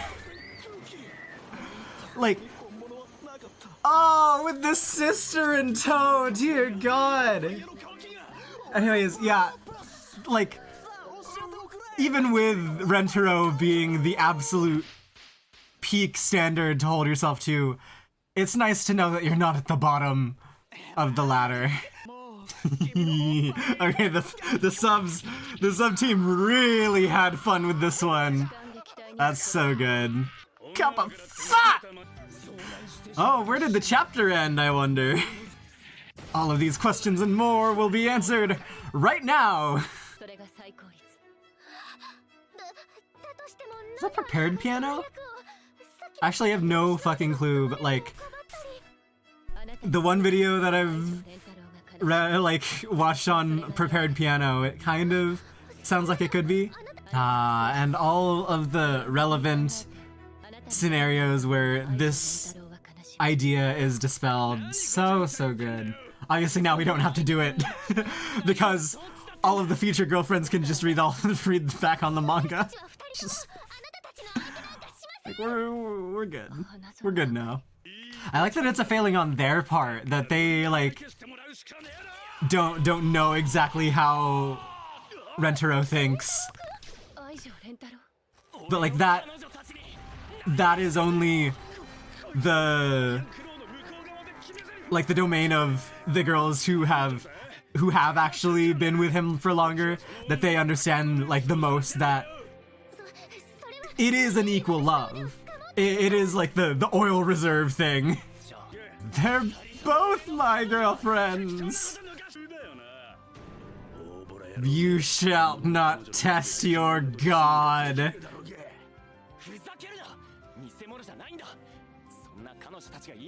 How the god shall be tested, though.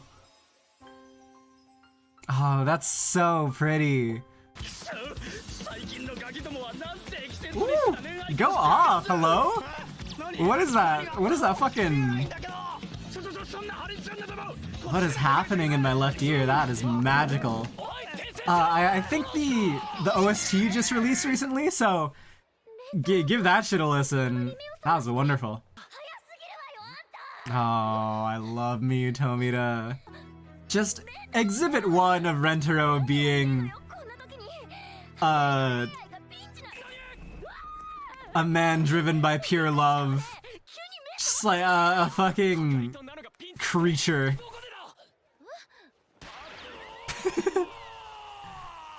Good job. Good job, Retro. I should make a power scaling tier list. Just like who is the strongest under like maximum conditions.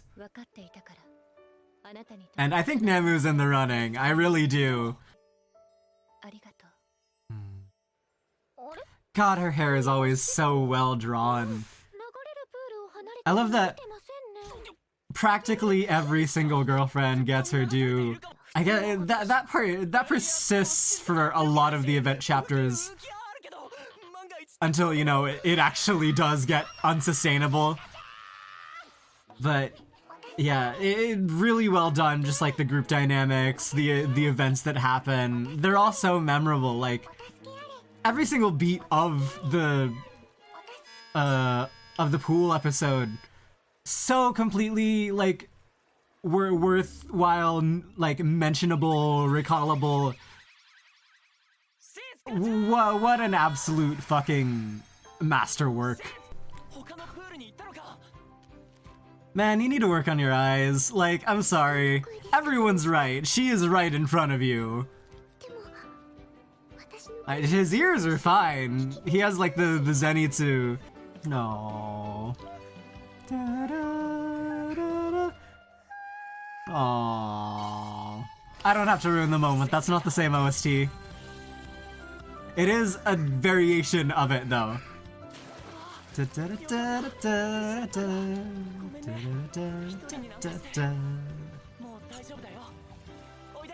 more upbeat, more like, you know, guitar-centric.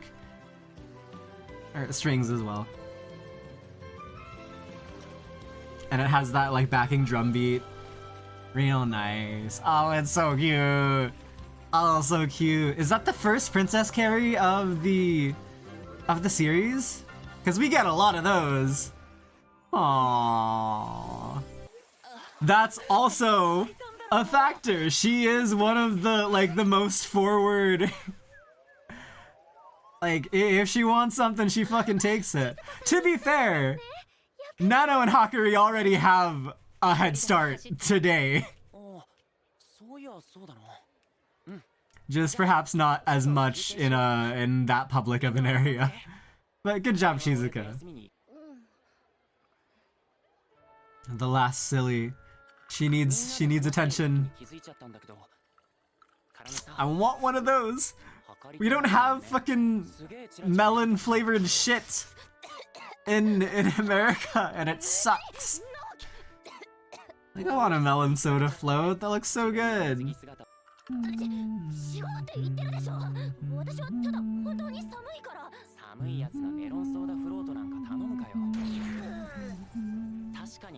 Oh, it's so good. Wow. That was dangerous, Rentaro. Okay, so it was a different one. And him keeping the face while he's being slapped. He's no-selling that shit. Oh, that's really good. Aww. Nentaru. Hang on a second. Nentaruki wa? Nentaru, not Rentaro, rental. Rental, dear God. Oh. Friends, the envy is welling up.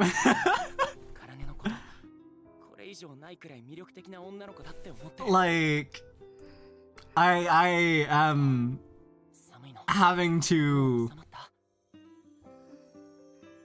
find my peace somewhere else. Certainly not here. Oh my god.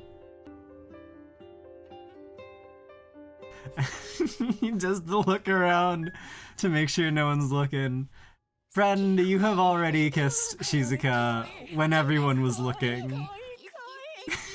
Shit's wild. I love their expressions of just like, God, I cannot get enough of this person. Like, they definitely have the most forward versions of that, just like mind melting. I can lose myself in this moment. It's just a wonderful part of love, and really it's used really well. Like, who better to have that come across than a tsundere? And yeah, I'm just glad that Karne is used in like a full dere way at times as well. Wow.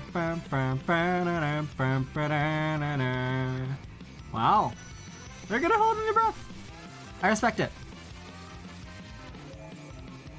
Oh, it's so cute.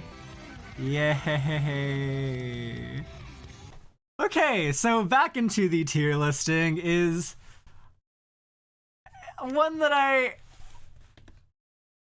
don't know if I'm confident in.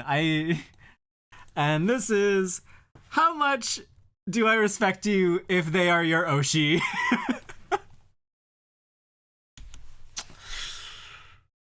You are firmly above me in the social hierarchy.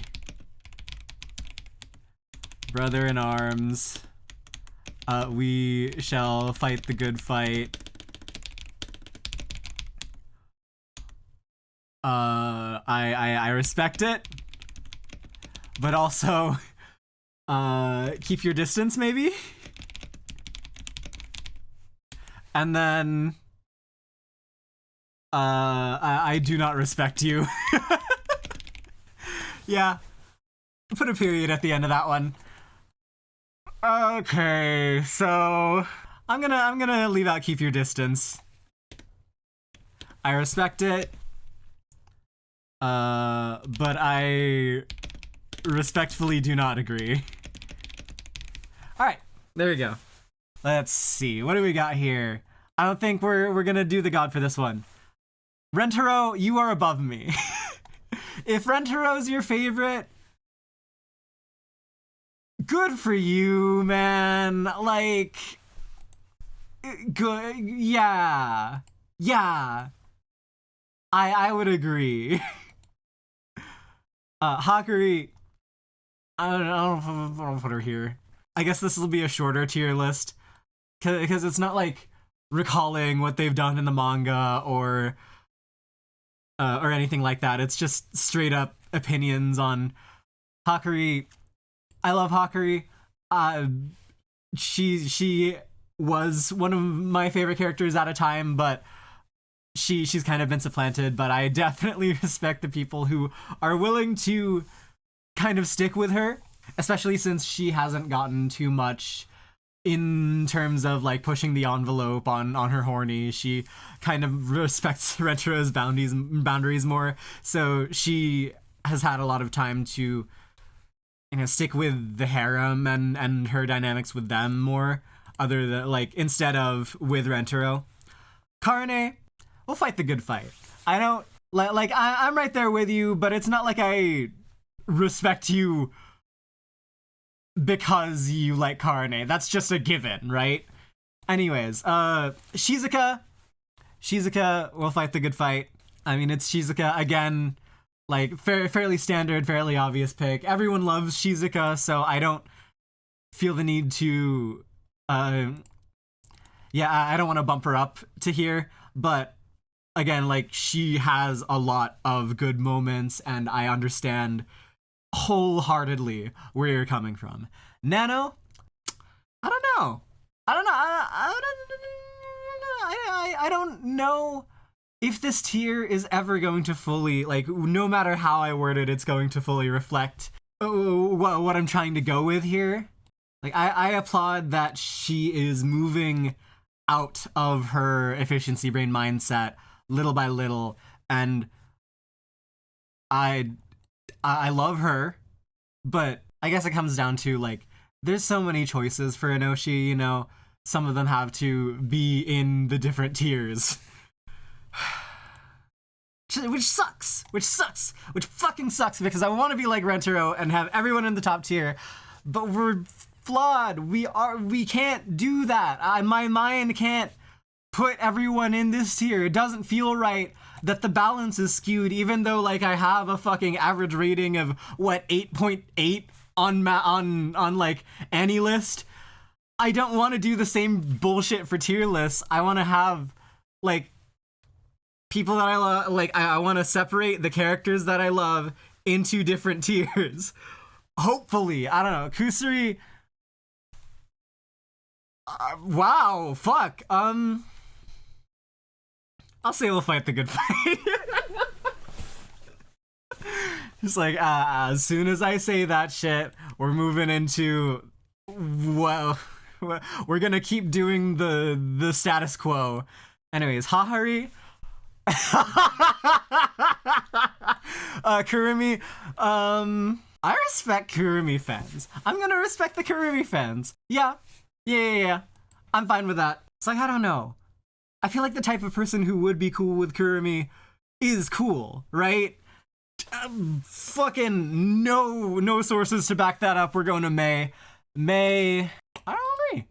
I guess it's not that I don't agree. I just don't get it. And maybe that's probably what this tier is more accurately reflecting. But yeah, I don't know what the intrigue as an Oshi would be for Maida May. That's not to say I don't respect you, but I also just don't agree. Iku. Nope. I'm going to edit that out. I'm sure you could glean what I just tried to do and immediately realized was not a good idea. Okay, so Iku. You're above me. I get it. I can't reach those levels. I can't strive to be that peak. So she gets to be there. Mimi's up there. I mean, like, the conviction that you must have, like, being in the presence, basking in the presence of Mimi so often. It's that I can't reach those standards. You're above me. And then Mei, let's see, what do we got? We'll fight the good fight. I get it. I get you. I understand. Mei, total fucking keeper. Chio. Oh, if you respect Chio. Maybe this tier is also badly worded, but whatever. I'm gonna put her, and I respect it. Yeah, that's okay. It's like I don't feel the need to, like, suck up to a Chio fan. Fans of these three, no, but, like, I can respect that. Natty, we'll fight the good fight. Let's do this shit. Yeah, I'm with you. I'll support you in your freedom and your search for the perfect IRL American cowgirl, Japanese, full Japanese lady, trauma-ridden fucking mess. Yamame, you're above me. Yeah, you're above me.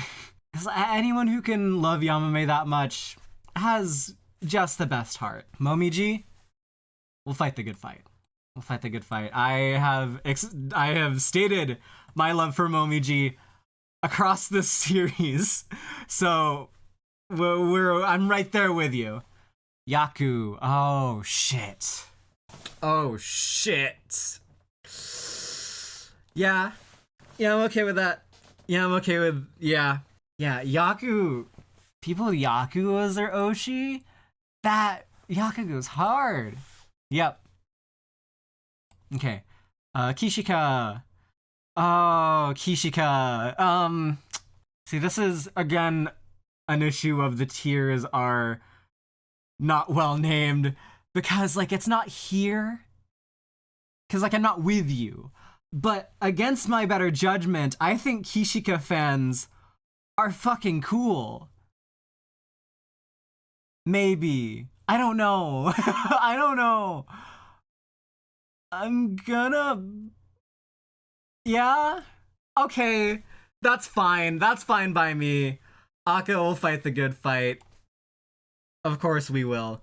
Uto, also up there. Uto Oshi's. I don't know.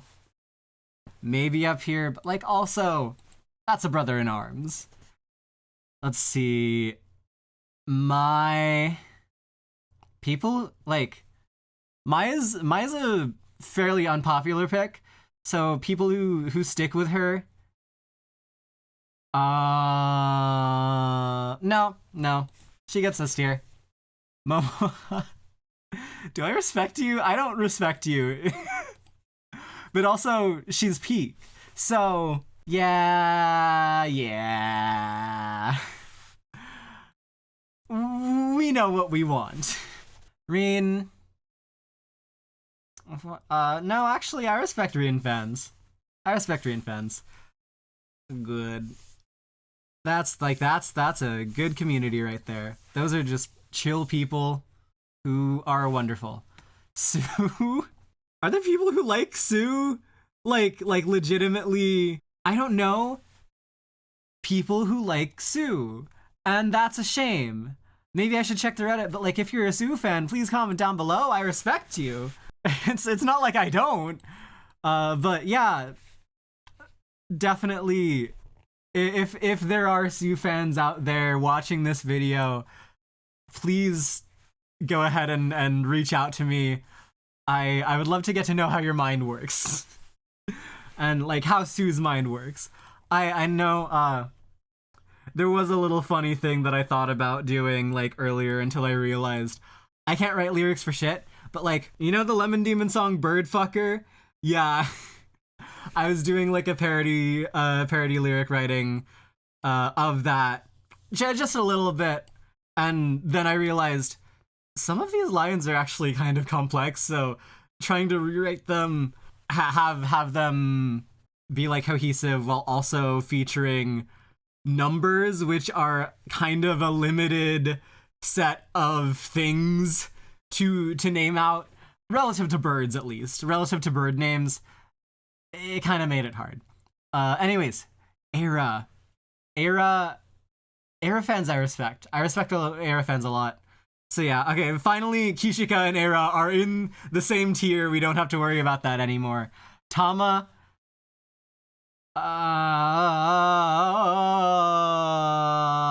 yeah, okay, that's fine. We'll fight the good fight.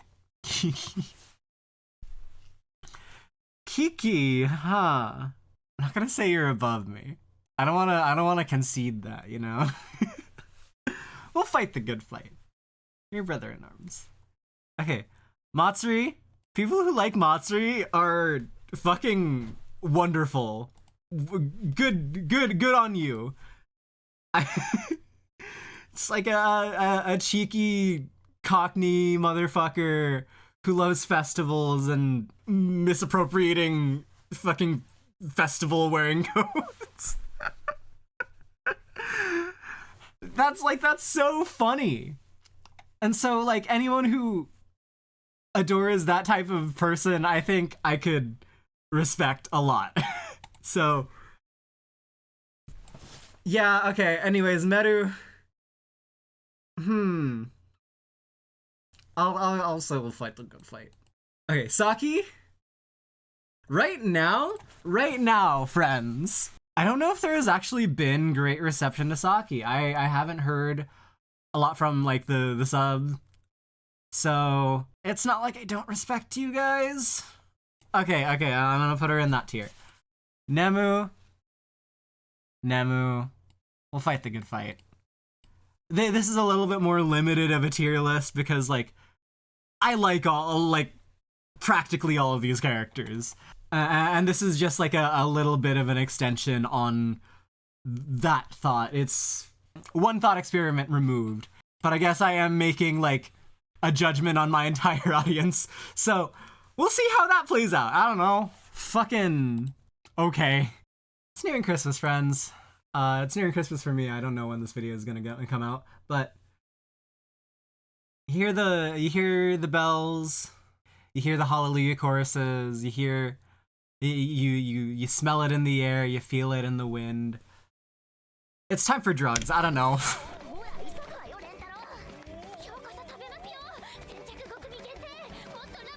It's 5 limited.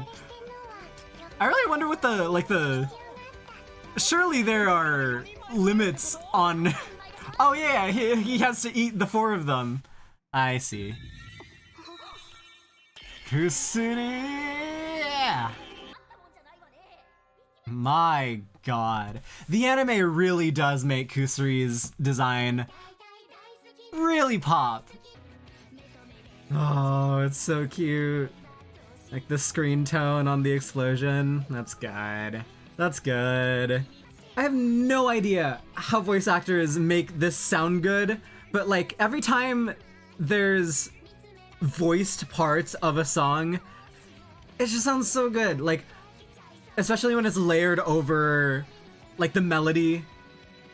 For whatever reason, it just sounds great. She's so cute! This fucking crazy zoom in, I love it! She's so cute! Ayaka Asai, everybody! She's Lucy in Zenless! Woo! Anyways, yeah, I had a thought here. The kind of ways that Rentaro now has to run into girlfriends, like, nowadays it's usually on the street. It's just because, like, it's getting too unbelievable that he could actually ever legitimately meet someone at school, just like passing by anymore, because enough time has elapsed, although it's still spring. But she's so cute. Kusuri just completely and entirely derailed my train of thought. God. Nano da. Doesn't someone say Nanoda in chapter 200 that's not Kusuri? Fantastic drug. Aww. She's so cute. What a voice Ayaka Asai does for young Kusuri. Yeah, Ayaka Asai is definitely one of the voices that get to really fucking take it to the extreme in this adaptation. Her big ass fucking ahoge. That's one of the biggest. That's one of the biggest out there. The dub actually kind of messes the censor up a little bit, because they don't get to, like, you don't get to hear the M being pronounced before the censor, so you really shouldn't even be expected to know what is in that. Hang on. Okay, I guess, yeah, I guess the Japanese does it too. Whatever. Oh, okay. Rentaro. I really wonder how irrelevant or, like, useful this could actually be.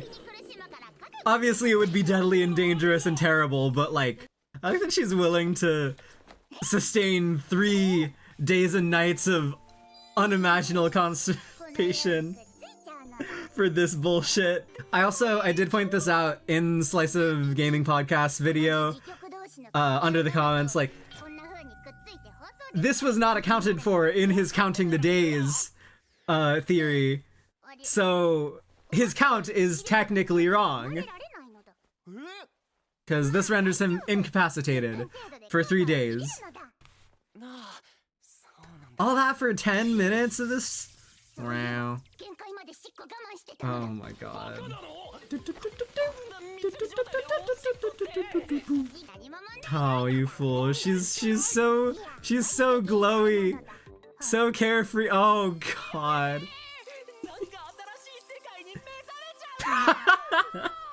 Every nice boat in anime should be a theme video, because like we have every Denny's in anime. That was a really good video.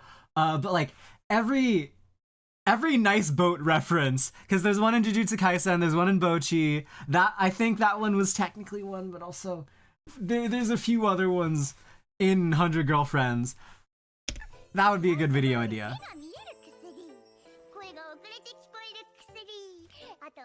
Ventriloquism. Size up, size down. Why the hell have we not gotten size up, size down? Oh no, we have. It's fucking nanos. Other than that, I guess we got size down in chapter 200 as well.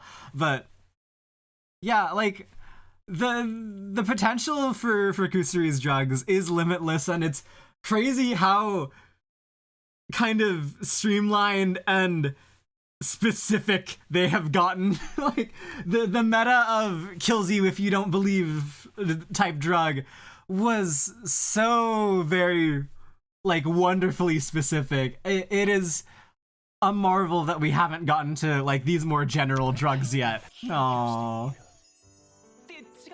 Just like Kurumi, ooh, just like Nemu.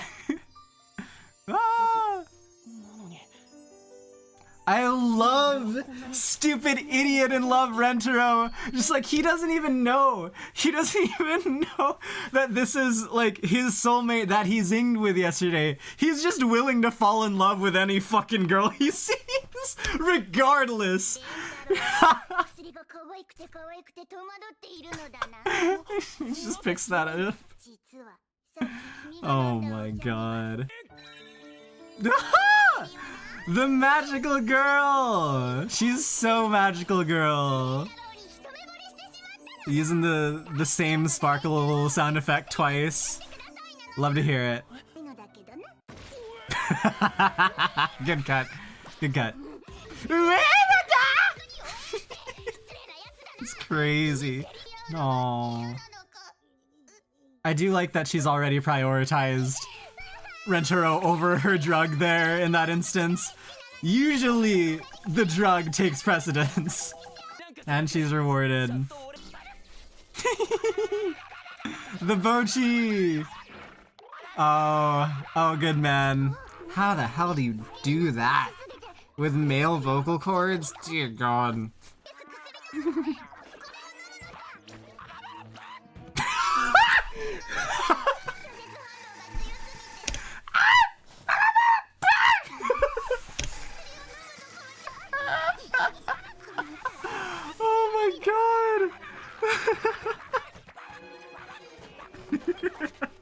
Oh, I like her hair in this like in this wide shot. I don't know why.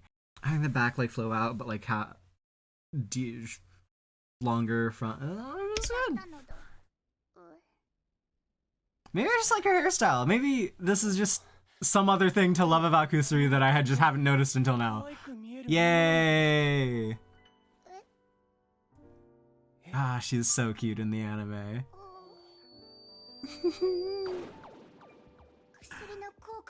Ah, it's so good. What's stopping Rentaro from picking up more girlfriends along the way after 100? Really nothing. He can fall in love with any girl.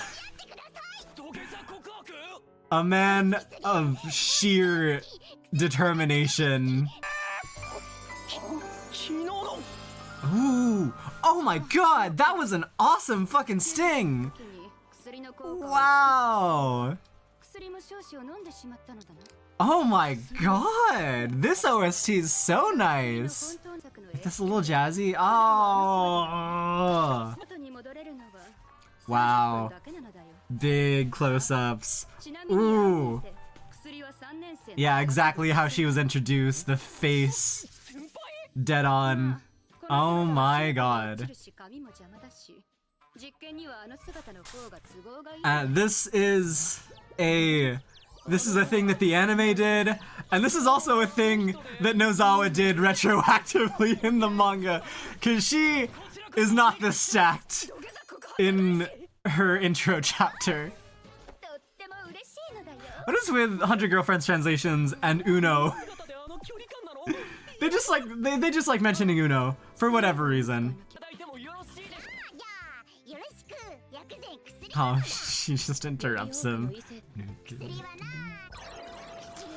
Wow, that is an abrupt cut. That is crazy. Yay! Ooh, the battle of like feelings.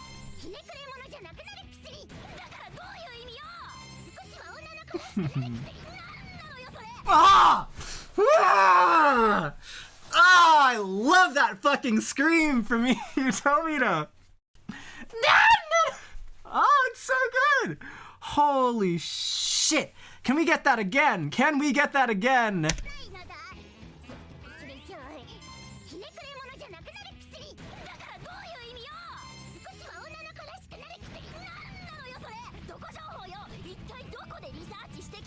Oh my god.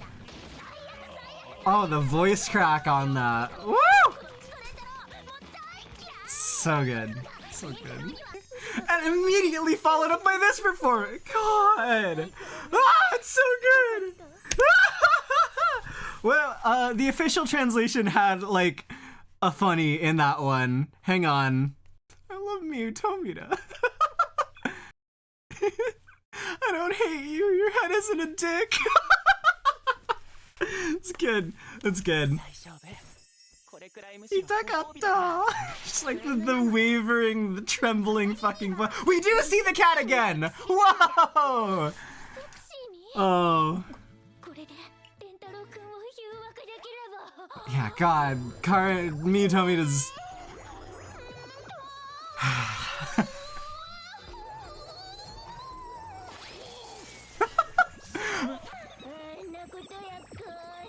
Oh my god, and Kairi Hondo immediately fires back. Jesus.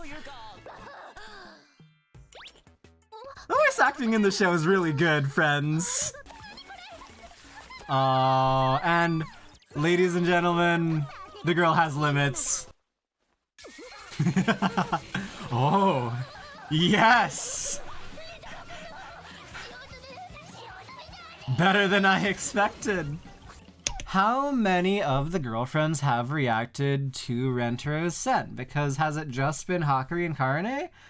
I don't recall any of the other girlfriends really commenting on that. Yeah, I think it's just the original two. Obviously Karane does it way, way later, but yeah, smell, such an integral part of like having any crush, really. What a wonderful thing to like get to like a person more and then realize that, oh, this is one of my favorite scents in the world. I am so comfortable with this. Just that just feels good.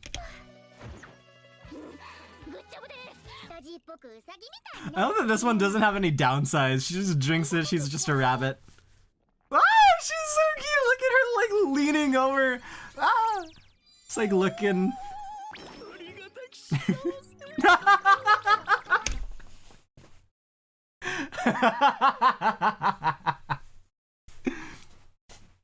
So, as far as I know, at least 3 characters use arigataki shiawase. That's not a. That's not like an immediately. That's not like a go-to, and like for different reasons, but like.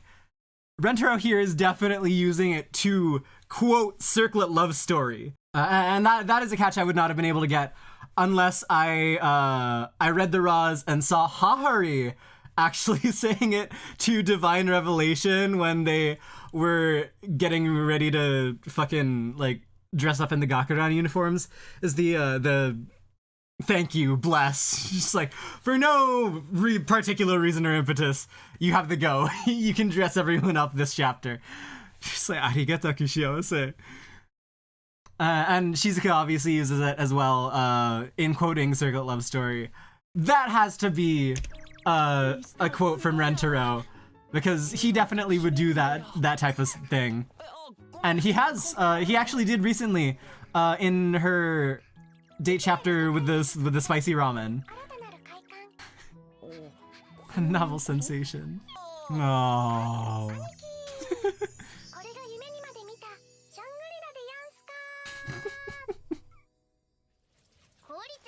Oh, the cat. Kusuri, you need to fucking like... You need to fix this drug. Nano should have hair like this more often. Aww. Manga Kusuri might... No, anime Kusuri might be my favorite depiction of Kusuri. Oh my god.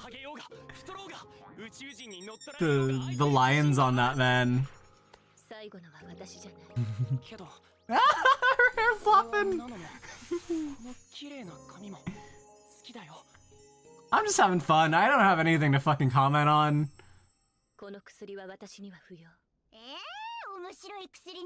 That's a good line delivery. I really like that one.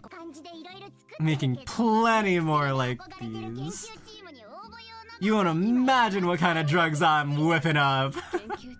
It is nice that we got back to having Kusuri's drugs actually have like side effects, actually like ramifications to their effects. With the sleeping drug and the sleeping incense that she made.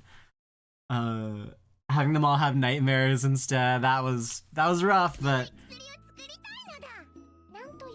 oh, she's so cute. God, the anime designs. Maybe I just fucking love this anime. Friends, who doesn't? Wow, they really do like pointing at the cat this episode. It's like, oh cat, we missed you for episode 6. We gotta get you back.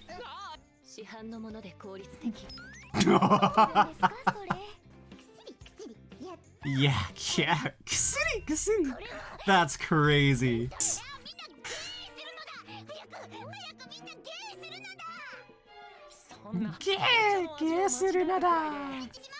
I'll say the English dub for Kusuri is a little weak on the yep-yeps. Like, it's not used as punctuation by her voice, which is kind of a shame. But also, we don't have that in English, so it's excusable. It's fine. No. No. And you're using another drug to fucking do it. Of course you are, you little shit. God, like the transition, that was flawless. Hang on. I guess like female vocal cords don't have that, but like being able to transition from chest voice to head voice like that, hard without like a break in the middle. Nentaro! Whatever. Holy fuck! You got the Demon Slayer flames. all the genre copying, the style is really well done. Oh my god.